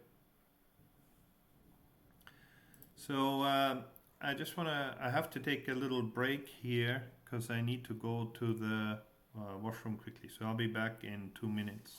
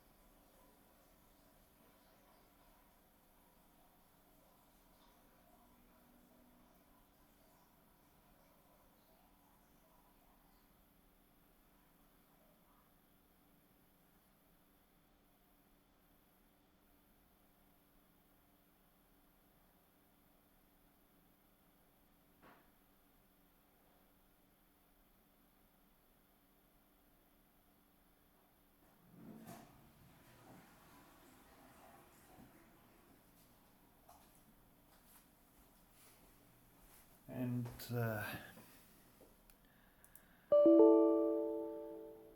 okay, so I'm back. Actually, I made a mistake here with my transformation matrix. I just realized, because I have to, this in itself may be a homogeneous coordinate of the form kx, kz, ky, and kx, so I need to divide by that as well. So this needs to be added to the current division that I'm doing. So this must be a 1 here, not a 0. And this is a perspective distortion matrix then. Now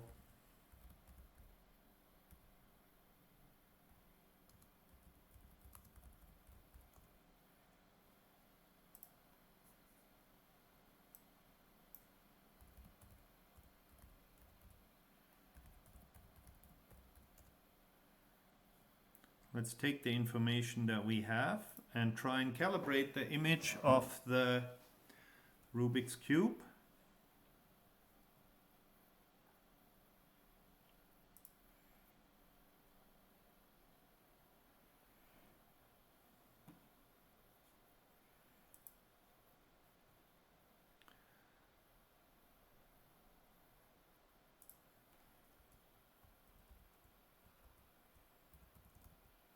So now I have a set of points that are of the form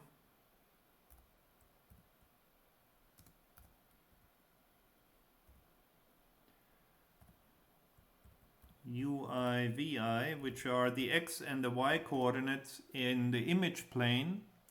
Z coordinate here cannot help, right? Because zp, the z coordinate on the image plane, is always 0. Then we have xi, yi, and zi. Those are the information that I get for every point. So if you check before,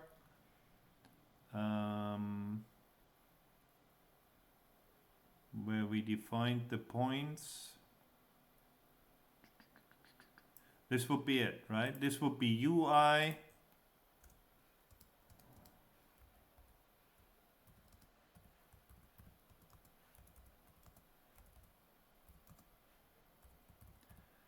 vi, xi, yi, zi.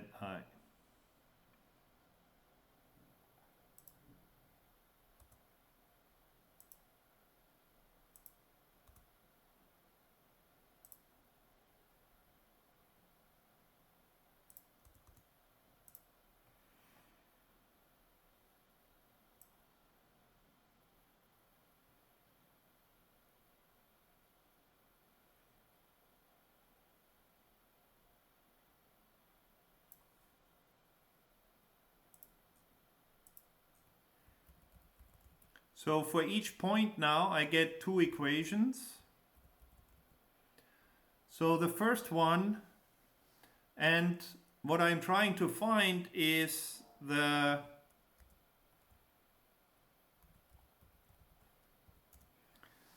values of my matrix, the transformation, the compound transformation matrix.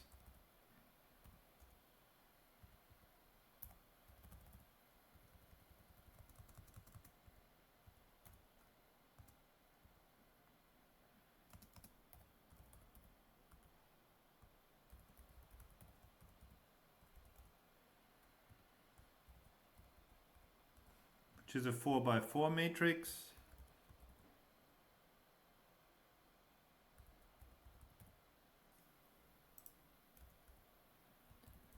A11, A12, A13,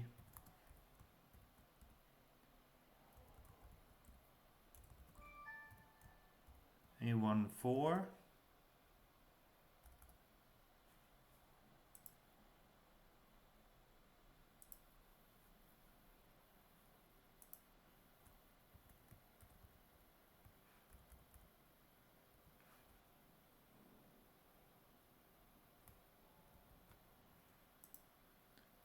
two, 1,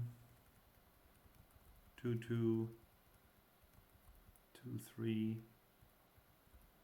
2, 4, 3, 4, 3, 3, 3, 2, 3, 1, 4, 1, 4, 2, 4, 3, and 4, 4.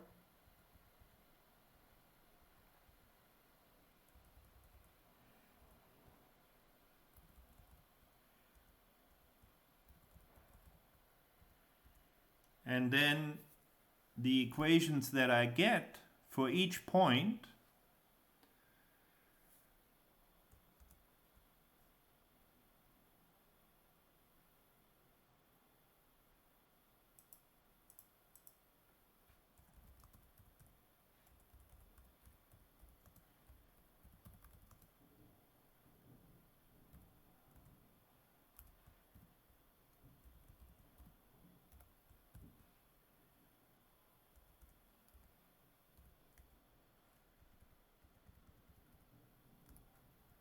and this is going to be a little bit of a monster equation now, but what the equation that I get is that ui is equal to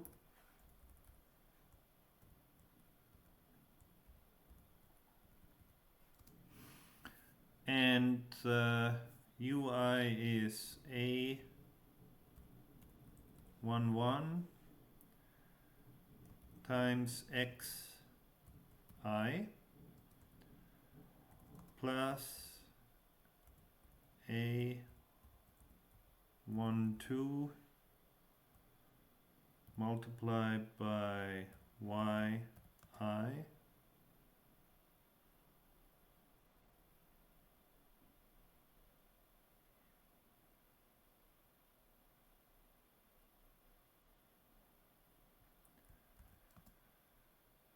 plus a13 multiplied by zi plus a14. That would be x dash. Now I need to divide it by a41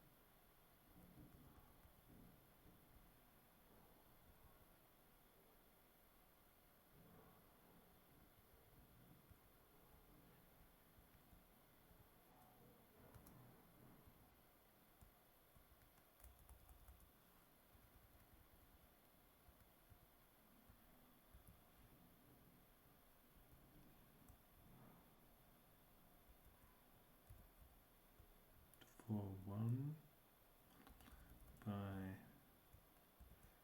xi plus a42 multiplied by yi plus a43 multiplied by zi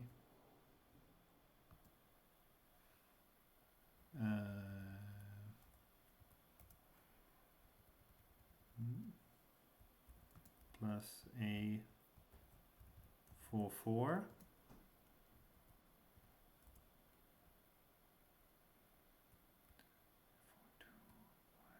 a43 zi a44 times 1, yeah. That's ui, and then vi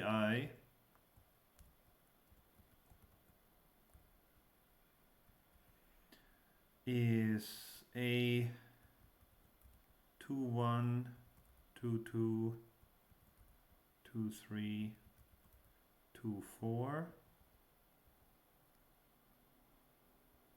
a41 xy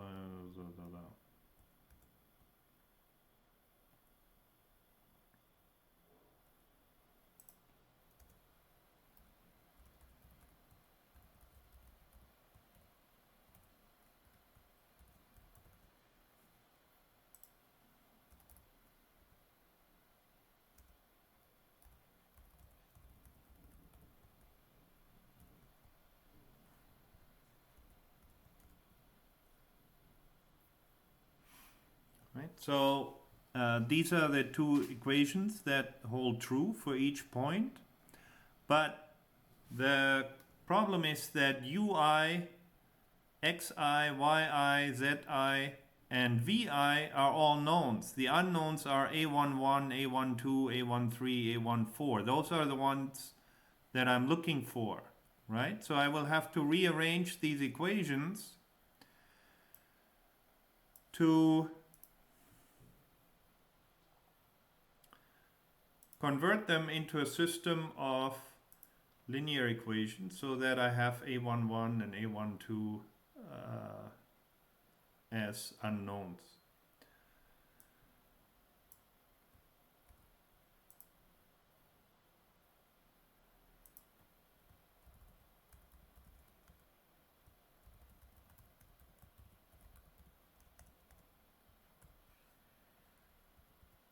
So that I need to divide. Instead of dividing, I need to multiply this times VI, right? VI multiplied by this equal to that.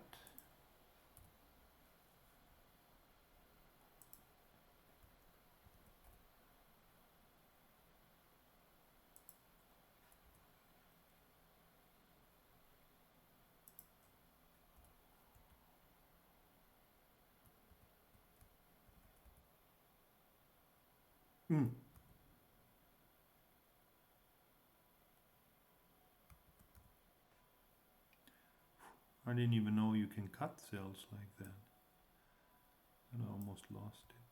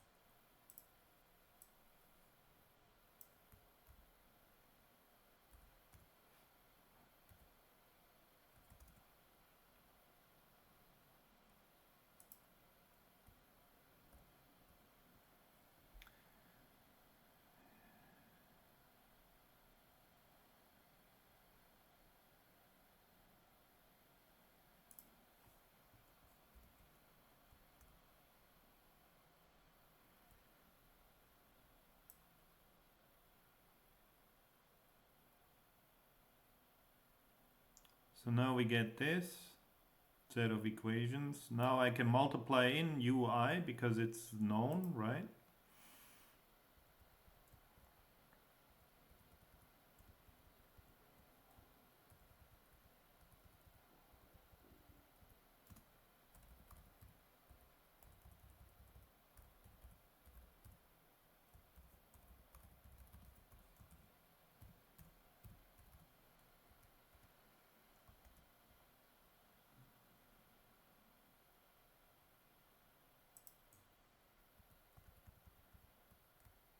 And then rearrange the equation.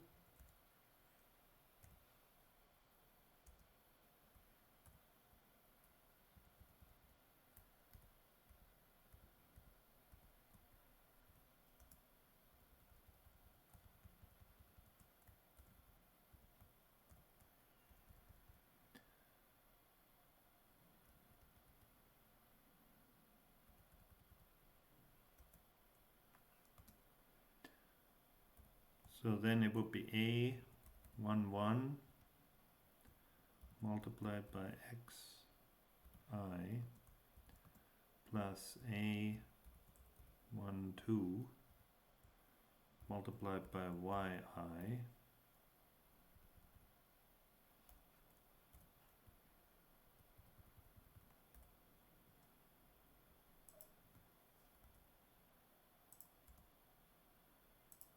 actually I don't need to multiply here, make it a bit smaller.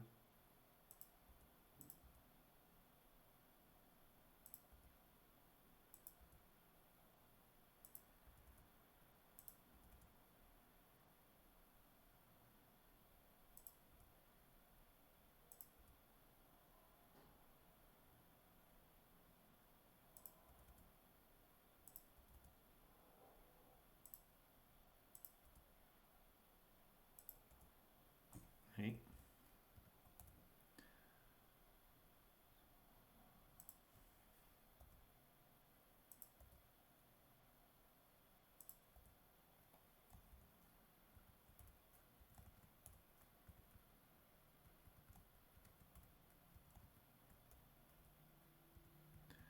So I'll just rearrange the A11, A12, so on and so forth.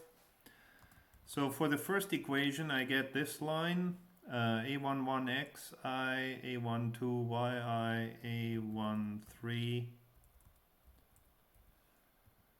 zi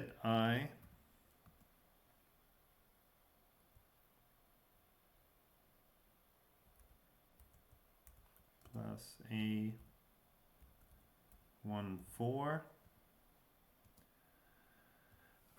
Now I need to bring over the other coordinates.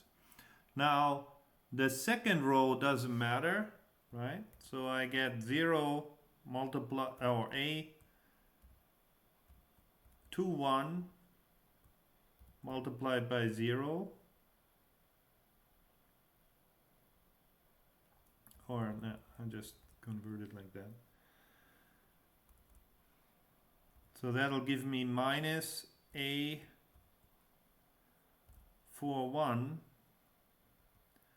and now that should be xi ui,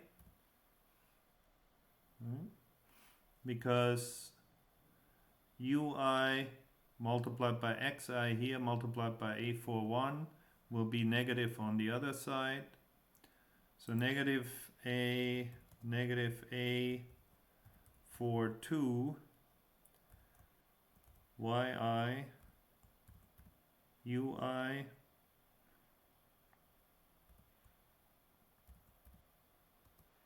negative A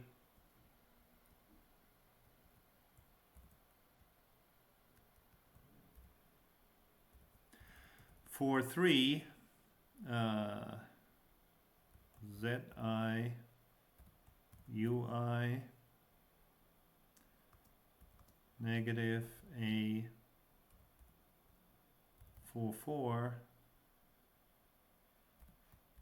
ui is equal to 0, because I brought them all over onto the other side.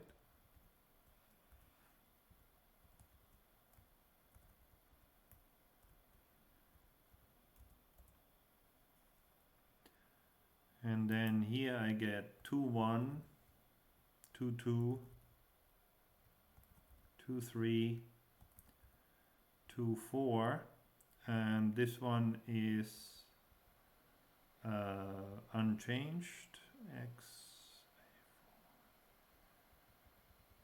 except this will be the VI's now.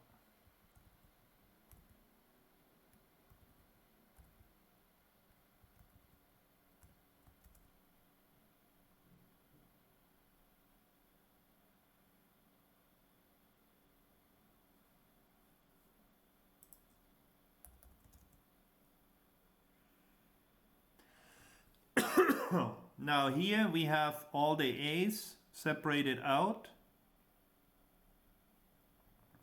I can then convert it into a calibration matrix.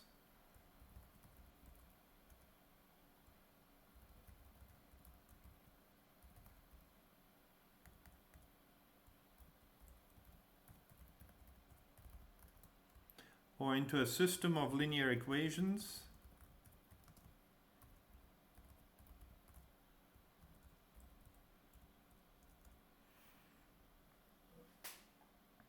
So that would be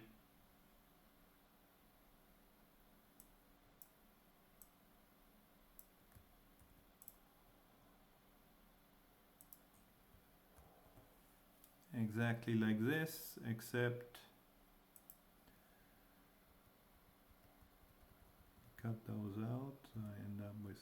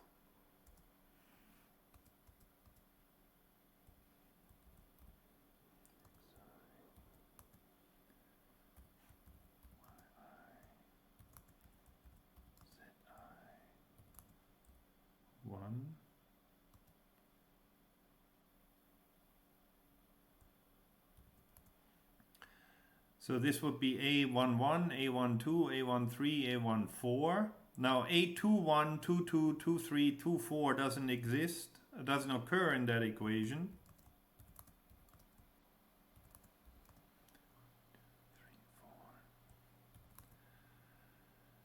And then x, negative xi, ui, negative y, I, ui, negative z, I, ui,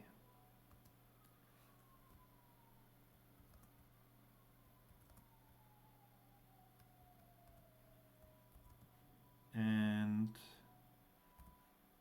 negative ui.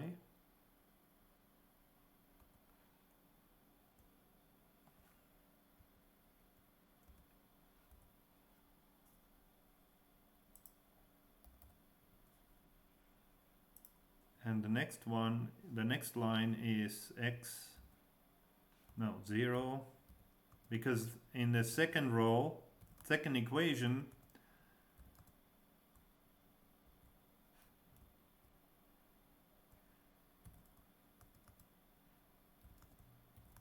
A1, so on to A4 doesn't occur.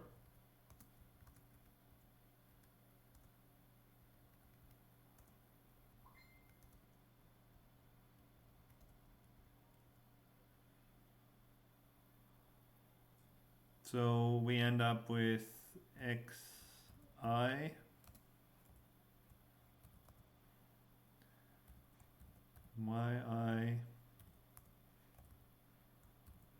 zi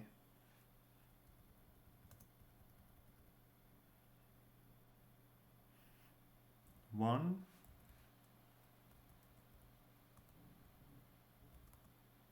and then we have negative x I vi negative y I vi negative z I vi negative vi.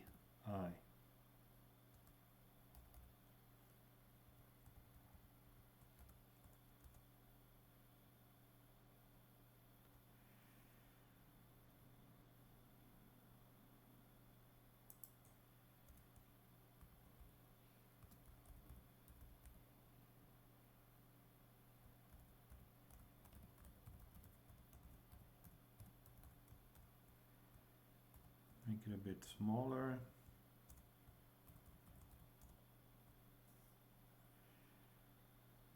This is what it looks like. So then we can convert that from this matrix.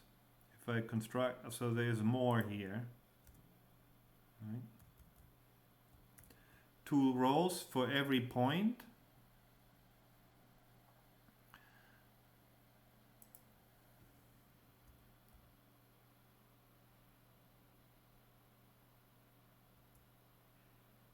And the system of linear equations would be that this one multiplied by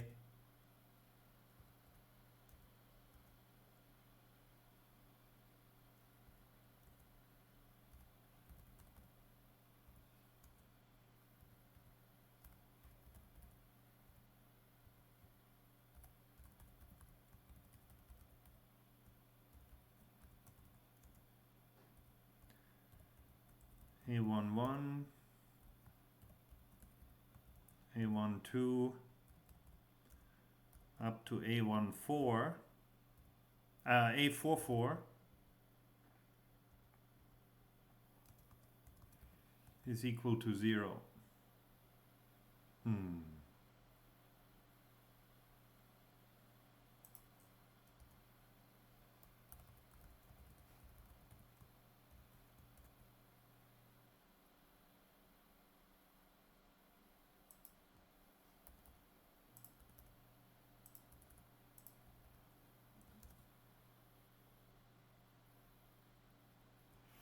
So then this will be exactly the set of equations that we had. Now I need to find these unknowns. So we did the same thing last class for using the Boyer-Moore pseudo-inverse method to solve that system of linear equations. But it's a little bit more complicated now, because now we have a homogeneous system of linear equations.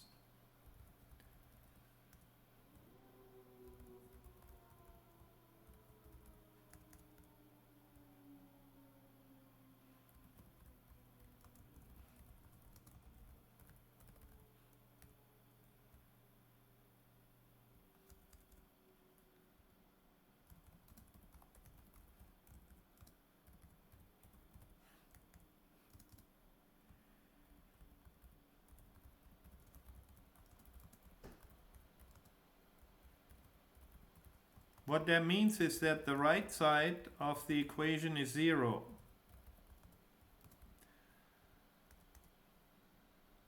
So the problem is that we now have a simple solution for this system. I can just say A11 is 0, A12 is 0, up to A44 is 0. In which case I can get a solution, right? Because then it doesn't matter what x, y, z, u, and v are. The A1s, A11, A12, if they're all 0, then I definitely end up with a solution to that equation, because everything will be 0. But we're not interested in that simple solution. What we actually need to do is, technically speaking, it's called finding the null space, finding the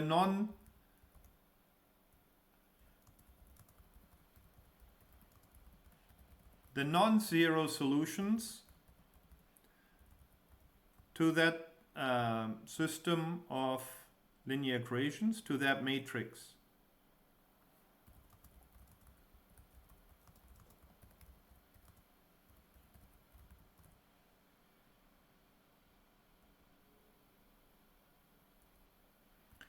Now, since it is a homogeneous system of linear equations, and we therefore are looking for the null space, that means that there's no unique solution. Clearly, if I have a solution, A11, A12, let's say 2, 7, so on and so forth, some numbers, then any multiple of that must also be a solution, because if A11 up to A44, some numbers adds up, multiplying it through that matrix adds up being 0, then 2 times that number must also add up to 0, right? So the solution is not unique anymore. So often we select the solution where the norm is equal to 1. And that's out of habit or convenience, basically.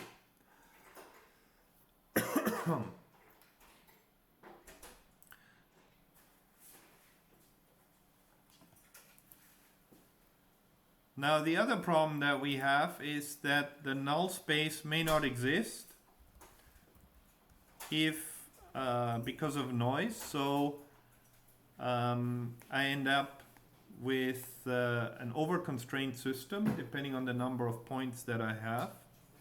If I have an over-constrained system, then we will do the same thing we did for the previous camera calibration, the plane calibration, where we calculated the least squared error approximation.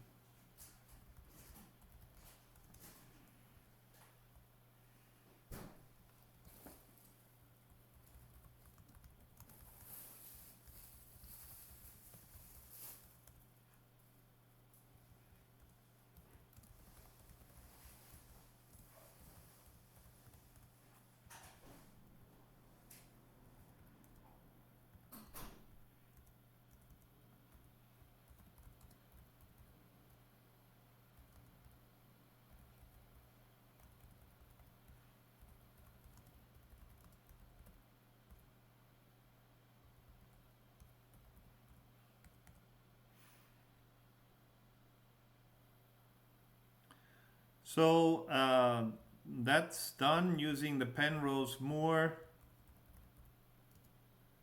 pseudo-inverse method.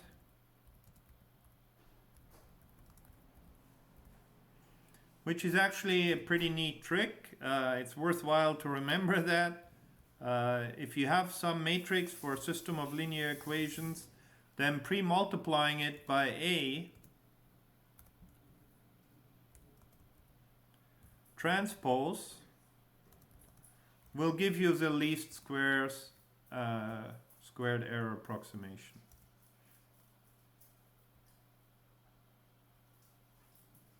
Okay.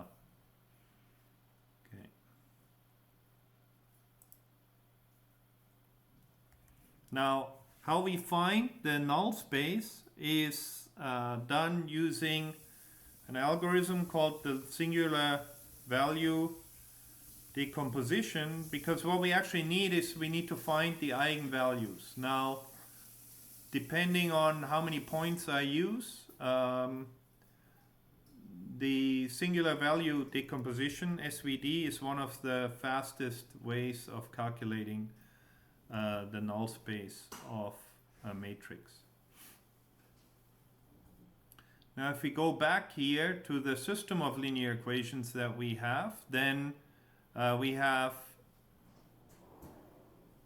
16 unknowns. Each point gives us 2 equations, but 2 of the points, strictly speaking, I actually know what they should be, right? A41 and A42. Those 2 elements here should be 0, 0. So I could slightly simplify this by forcing these 2 elements to 0. Usually in practice it doesn't really make much difference, so people don't bother, they just solve the system as it is, rather than otherwise you have to deal with those 2 unknowns here separately, and the equations, the implementation becomes more complicated. But we would have 14 unknowns then, right? 16 minus 2, 14. So that every point gives us 2 equations. So if you have a minimum of 7 points, then, or 8 points if you are dealing with the full 4x4 matrix, then you have enough equations to solve that system. So the minimum number of points that is required to do the calibration would be 7 or 8 if you have 0, 0 here, or 8 if you use the full 4x4 matrix. But of course, the calibration that you get will be very noisy. For practical purposes, NTNU Online Lecturing Support said roll call. Send a direct message to NTNU Online Lecturing Support with secret number 3640. You have 5 minutes. For practical purposes, you need to have at least 15 points to get a reasonably good calibration of your camera. And the points have to be not collinear, so they cannot all lie in a straight line. And the more they cover the space, the better it is.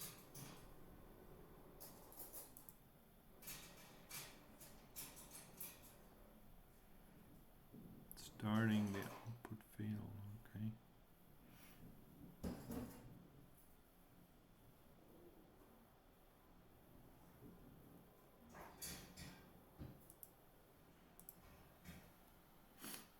So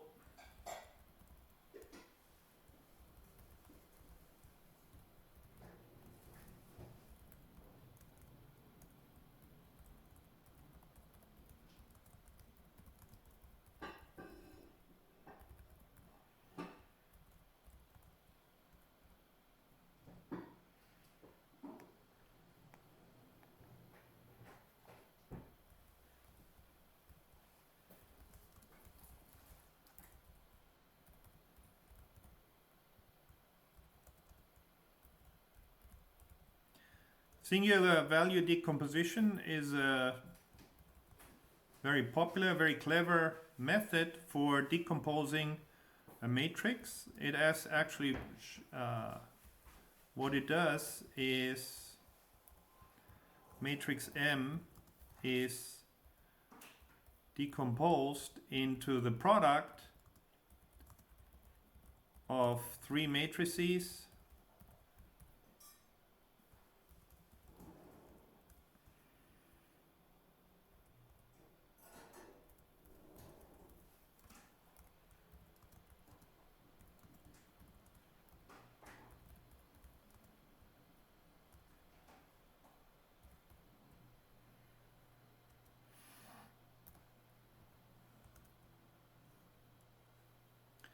M is U sigma VT.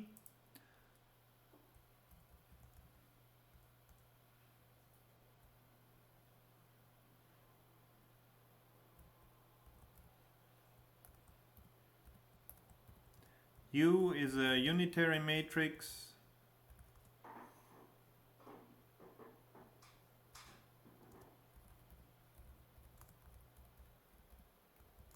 which means it has the norm 1 and its transpose is also its inverse of eigenvectors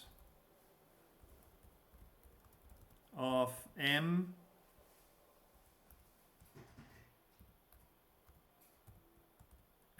transpose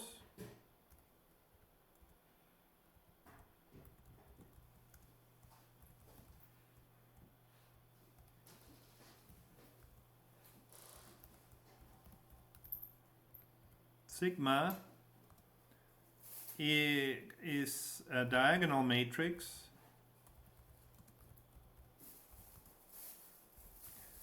of the square root of the eigenvectors, eigenvalues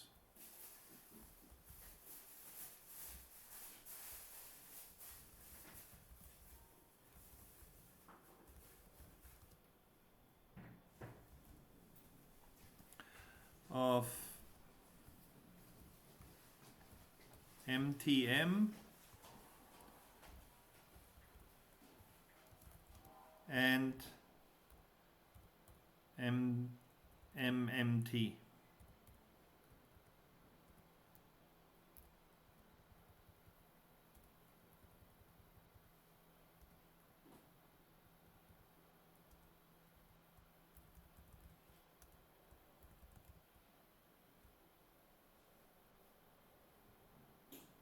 These they are usually ordered by magnitude. So the largest one is at row 0, column 0. The smaller ones are at row n, column n. V is a unitary matrix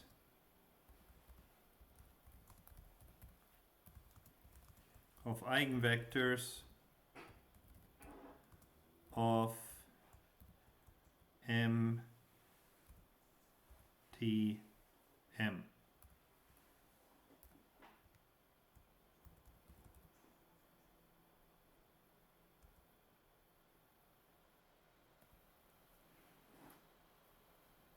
Now, for our calibration purposes, we're interested in the solution with the smallest eigenvalues for MTM,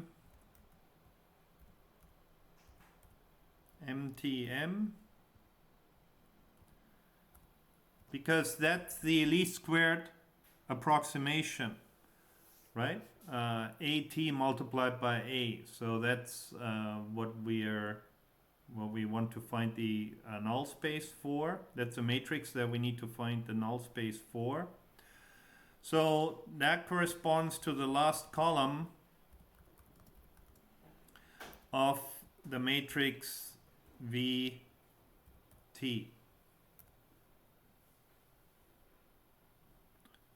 Or the last row of matrix V. Right? Because the transpose, the column, will become the last row.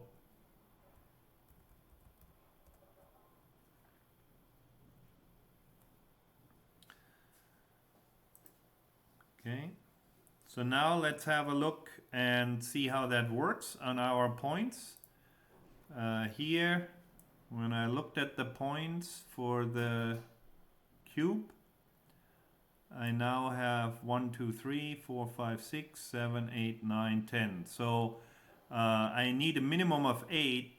Of course, if I calibrate for the other, if I add the other points in here too, then I will get a much better calibration. I just let you do that as a homework. Then you can see whether you can improve the calibration system or not.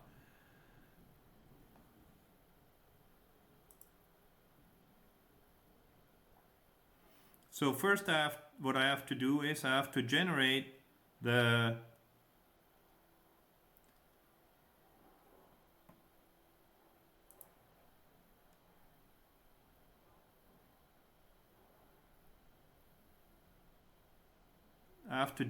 my calibration matrix.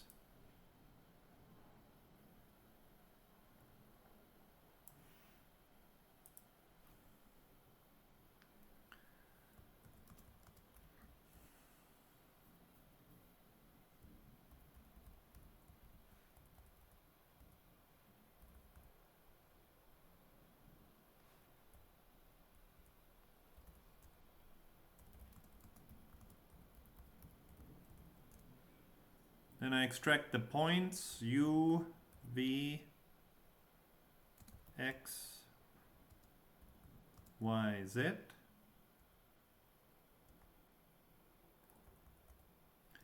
Y, Z is equal to P.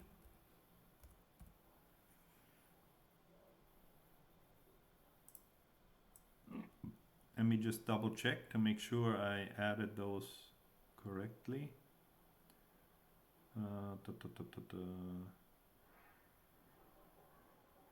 Where are my points?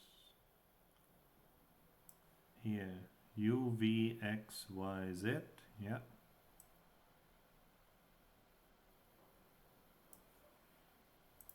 P. So then for every point I add 2 rows to my matrix. The first row is equal to a list. And the list will be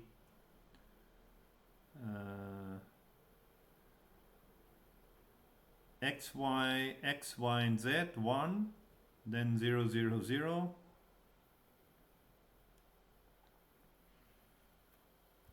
X, Y, Z 1, 0, 0, 0, 0.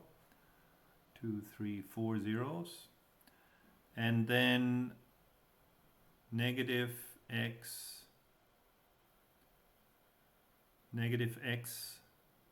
U, negative Y, U, negative Z, U, and negative U.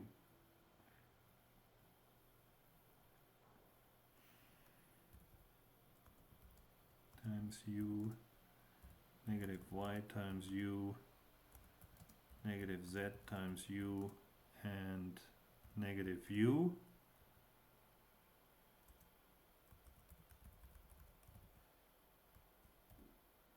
So that's what I want to, that's the first one that I add to my transformation matrix. And then the next row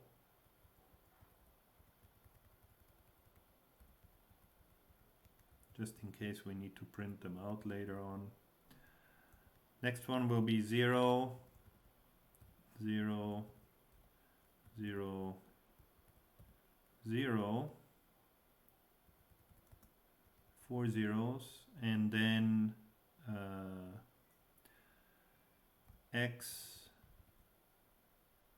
Y, Z, 1, negative X, V, V, V, V. To match the second equation that we have here. right? 0, 0, 0, 0, x, y, z, 1, negative x, v, negative y, v, negative z, v, negative v.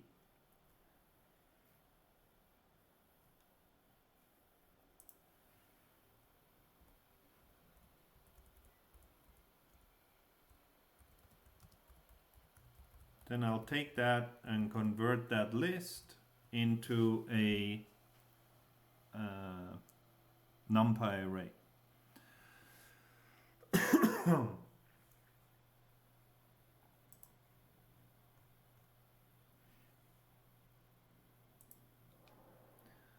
So then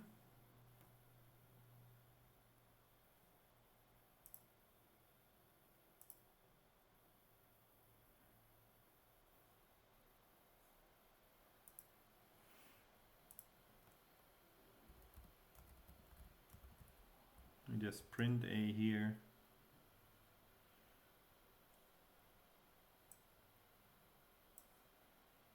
So that works. 1, 2, 3, 4, 5, 10, 11, 12. Okay, come on into 1, 2.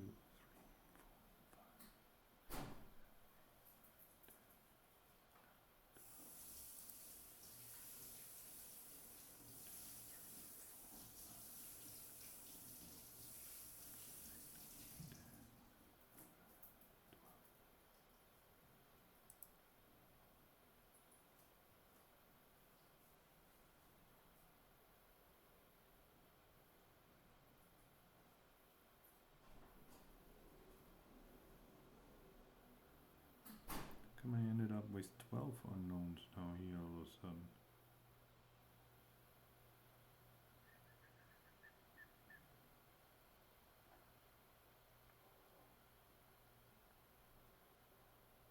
Ah, yes. There's only 12 unknowns, and yes, I made a mistake. There's only 12 unknowns in the system because in our transformation matrix, the third row here, this row doesn't really matter, right? Because that will collapse to 0. So A3, 1, 3, 2, 3, 3, and 3, 4 are not important. So we can leave them out of the system of linear equations. So we only have 12 unknowns. Each equation gives us, each point gives us 2 equations, so I need 6 points in order to be able to calibrate that. Minimum of 6 points, but in practice, you need to have at least, or in practice, you need to have at least 15 points to get a good calibration. So now we don't have to implement the singular value decomposition, luckily. That one is actually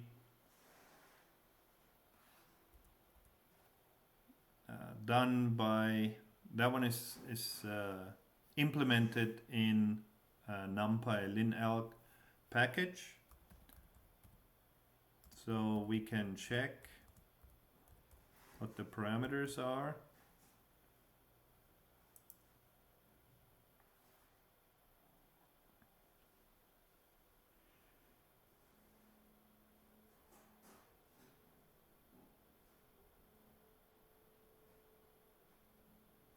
That gives us, I have to pass in a matrix A.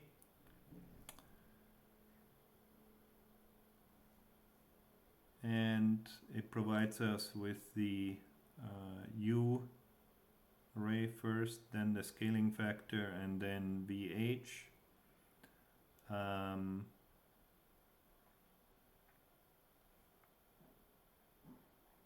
The transpose of the V matrix.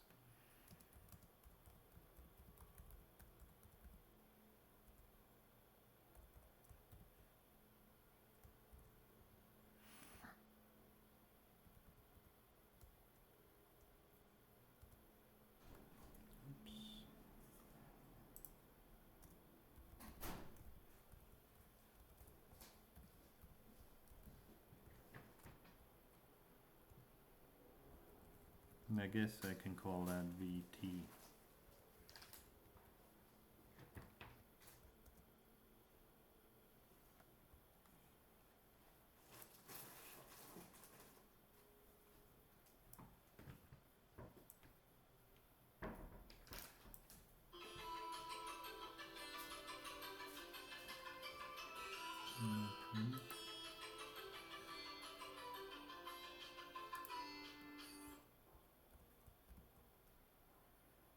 U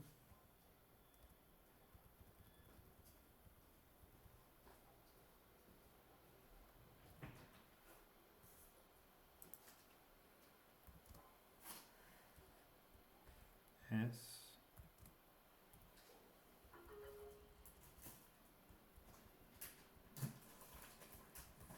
and VT.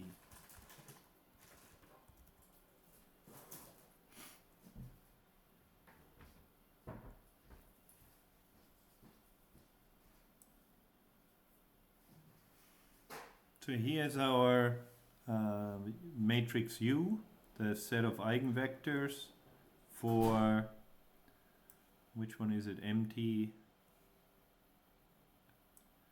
set of eigenvectors for MMT.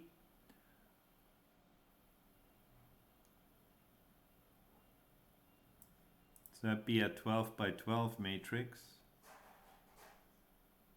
Then we have S, which is a diagonal matrix of eigenvalues sorted by size. So the first one is 5,200, 3,600, 2,700, 604, 9.2, 5.81, 4.89, 1.1, 0.69, 0.43,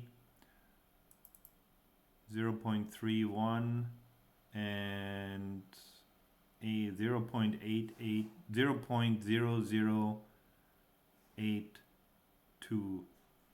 And here's our matrix VT. Now what we're interested in is the last column, which would be this one, the last entry that we have for each one of those. That will be a solution for our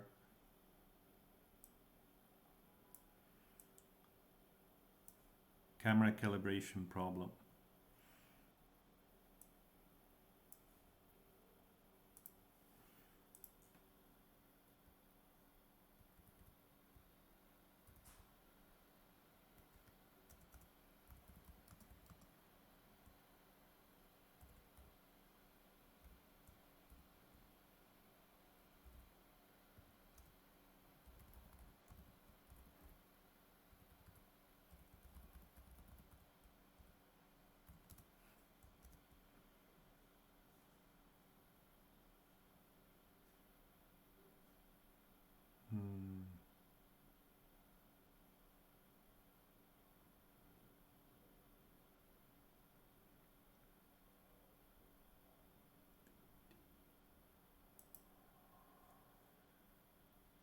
Okay, let me just check what it returns.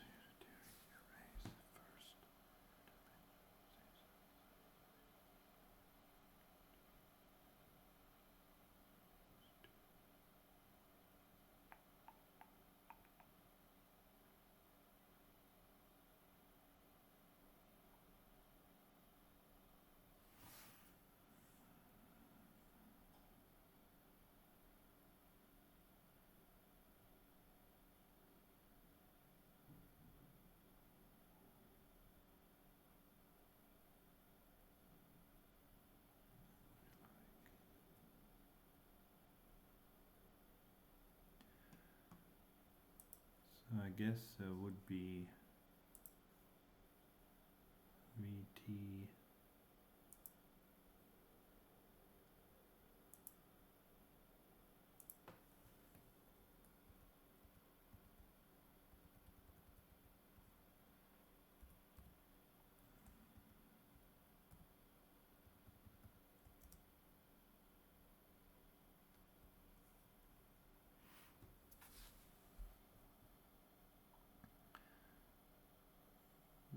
this would be the solution then, the last element of the second row.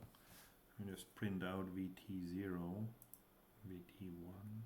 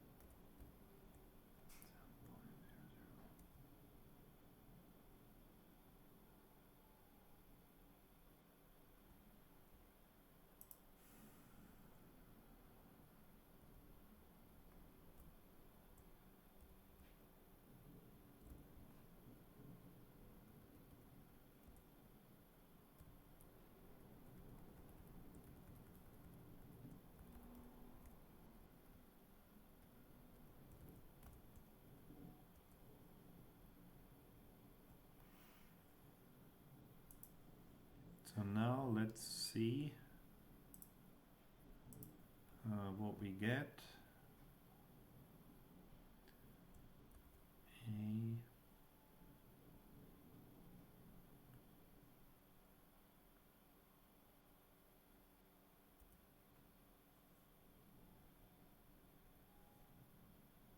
A for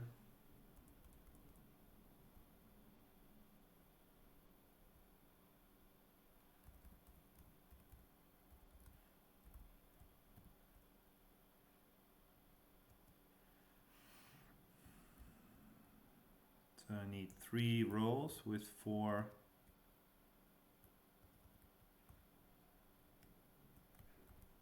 columns.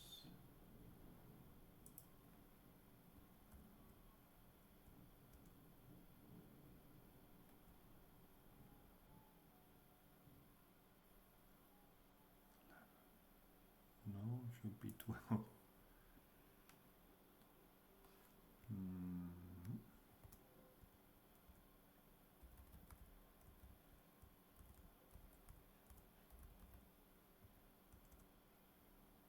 Missed one, 20, 12.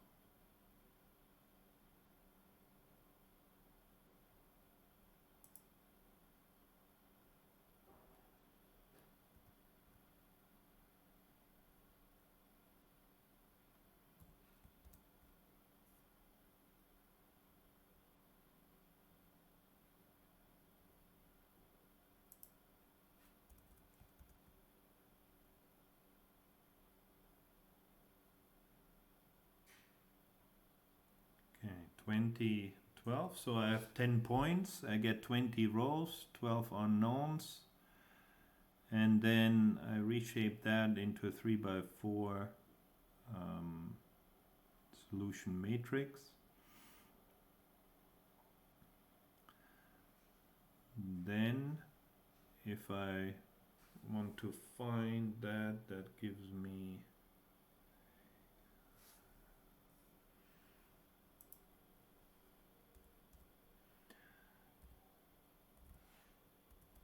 so I can take my first point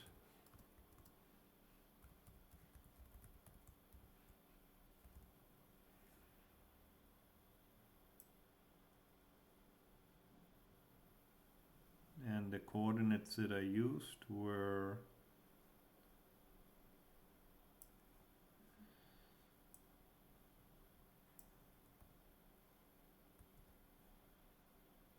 DC2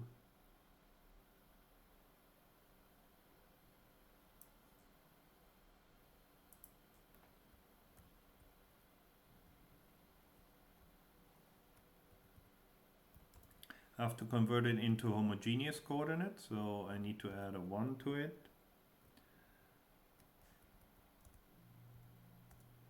And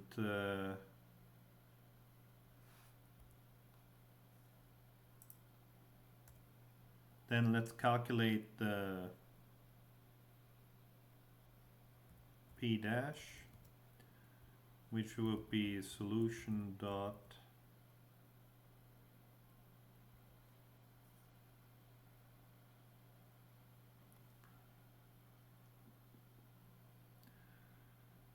solution dot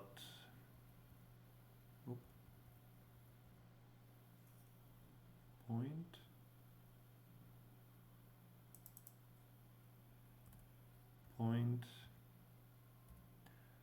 point dash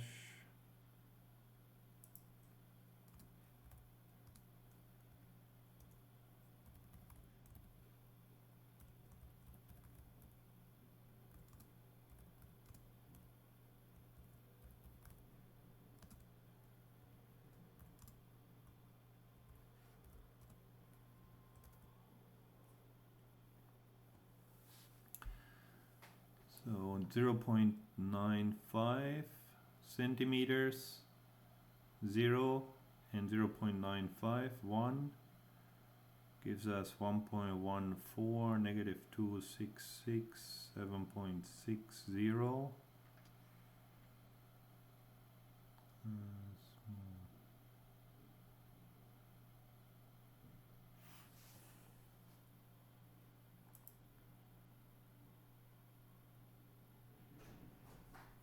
so then PTD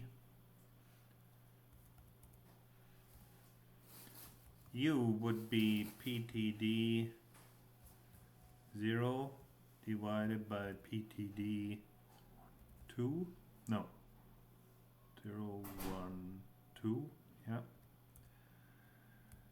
V would be PTD 0 divide 0 1 divided by PTD 2 because now I have to convert them from homogeneous coordinates to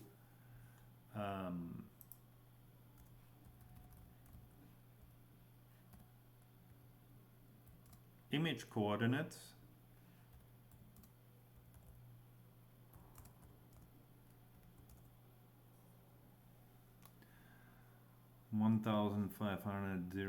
Negative 0.35. So that means that the calibration is not very good. It also means that I must have missed one of the points.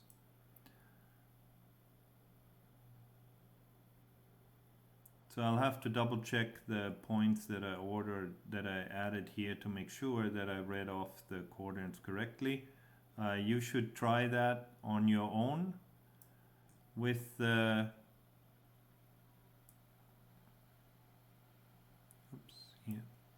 you should try that on your own with the Rubik's Cube. Also make sure that the dimensions are correct when so you should measure the size of the cube. Based on that, then you can calculate the displacement, the relative pose of the cube to your camera, as well as the focal length of your camera. I know what the problem is.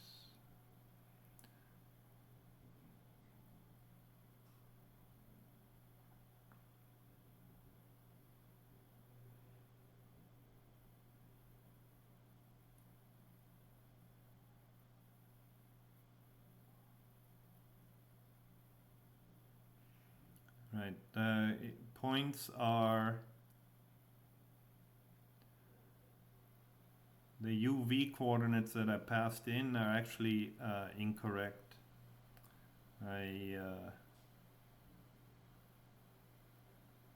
will have to fix that next class. I took the actual image coordinates. What you really have to take is the distance from the optical center of the image sensor. So this should be 0, 0 here. I have 0, 0 up here somewhere, and that translation then, I think that makes the computation, even though in theory it should work, it makes it very unstable.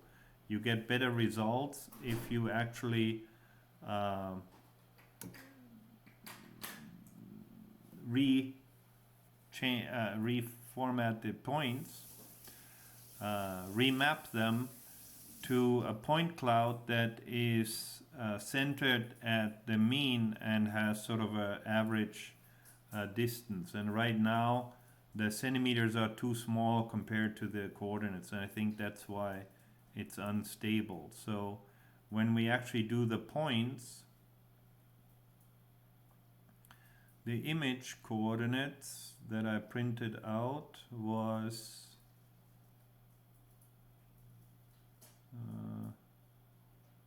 where are the image size points.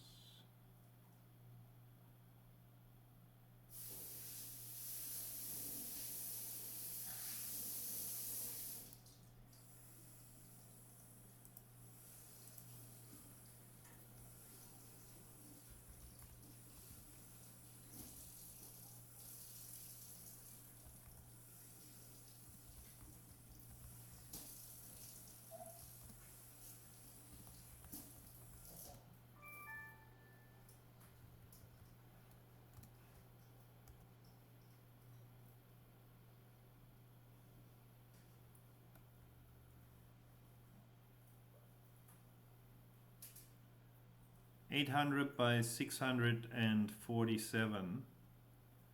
So 800 rows, 647 pixels across.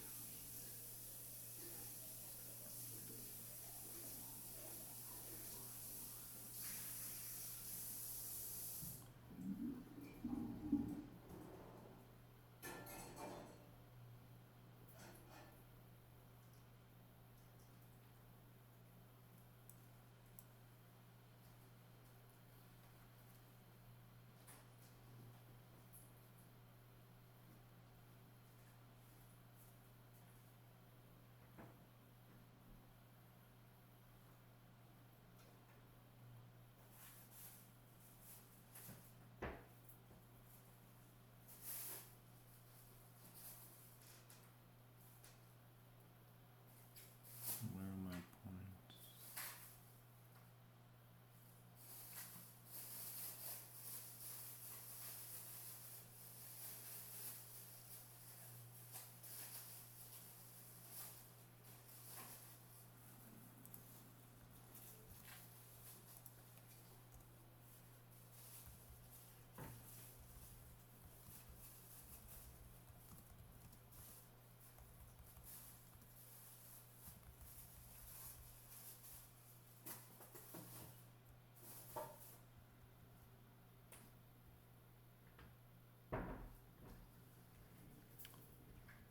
So now here UCVC is this, then UC is equal to, and I'm not sure how this should be I height, I width.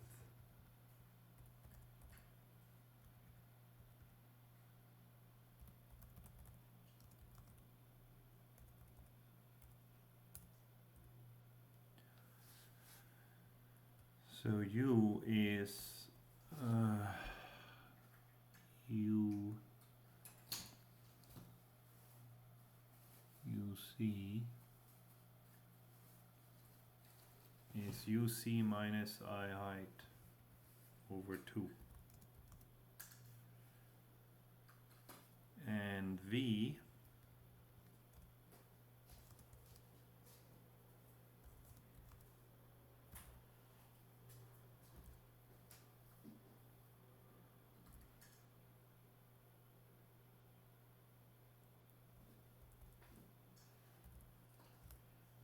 is I width minus 2.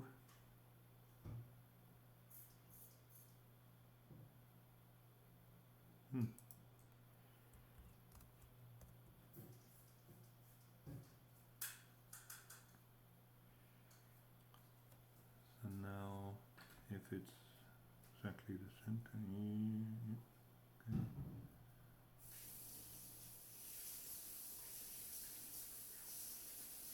Now we get a solution.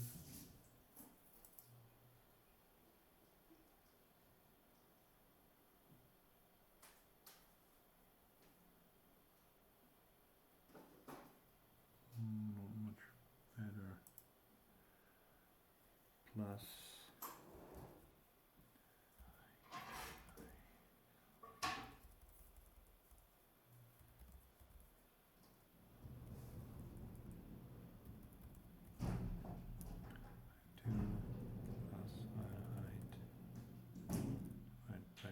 So usually we do this to the image. Does that actually solve it? But I think this here is wrong.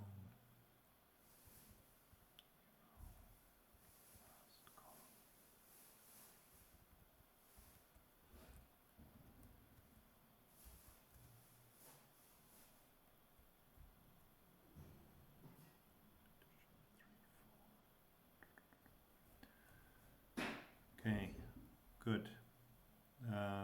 So that's not.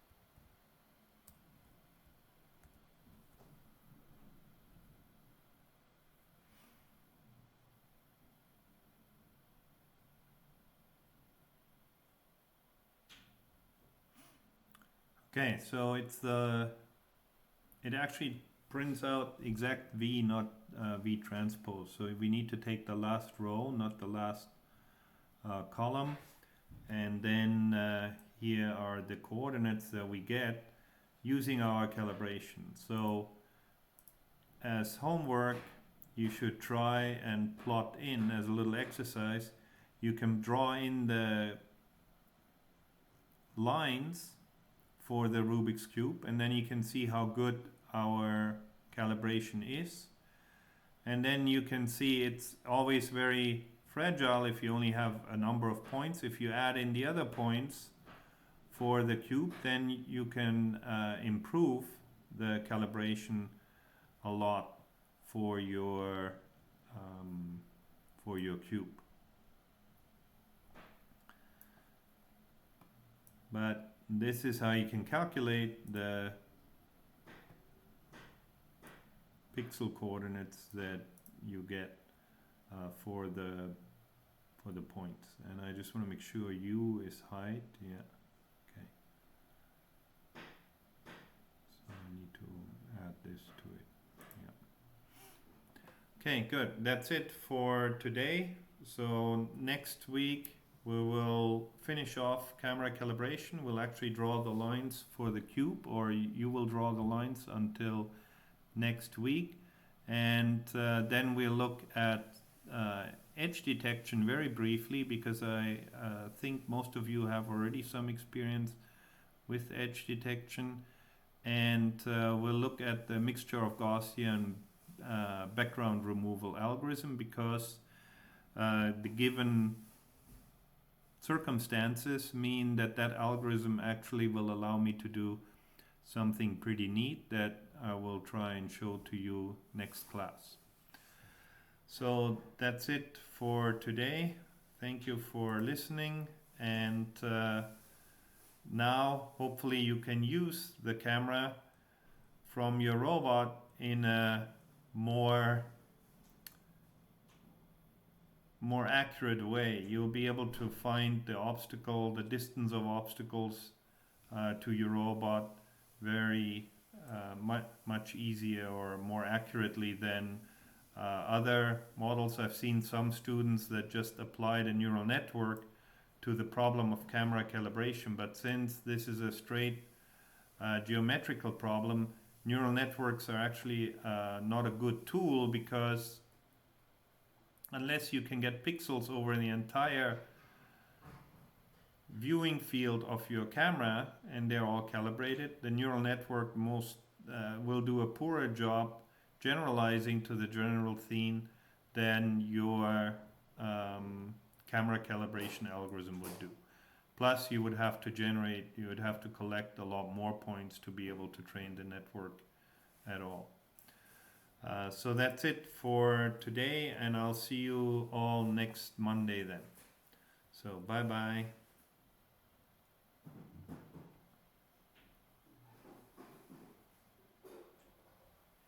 Also, the midterm will be in 2 weeks.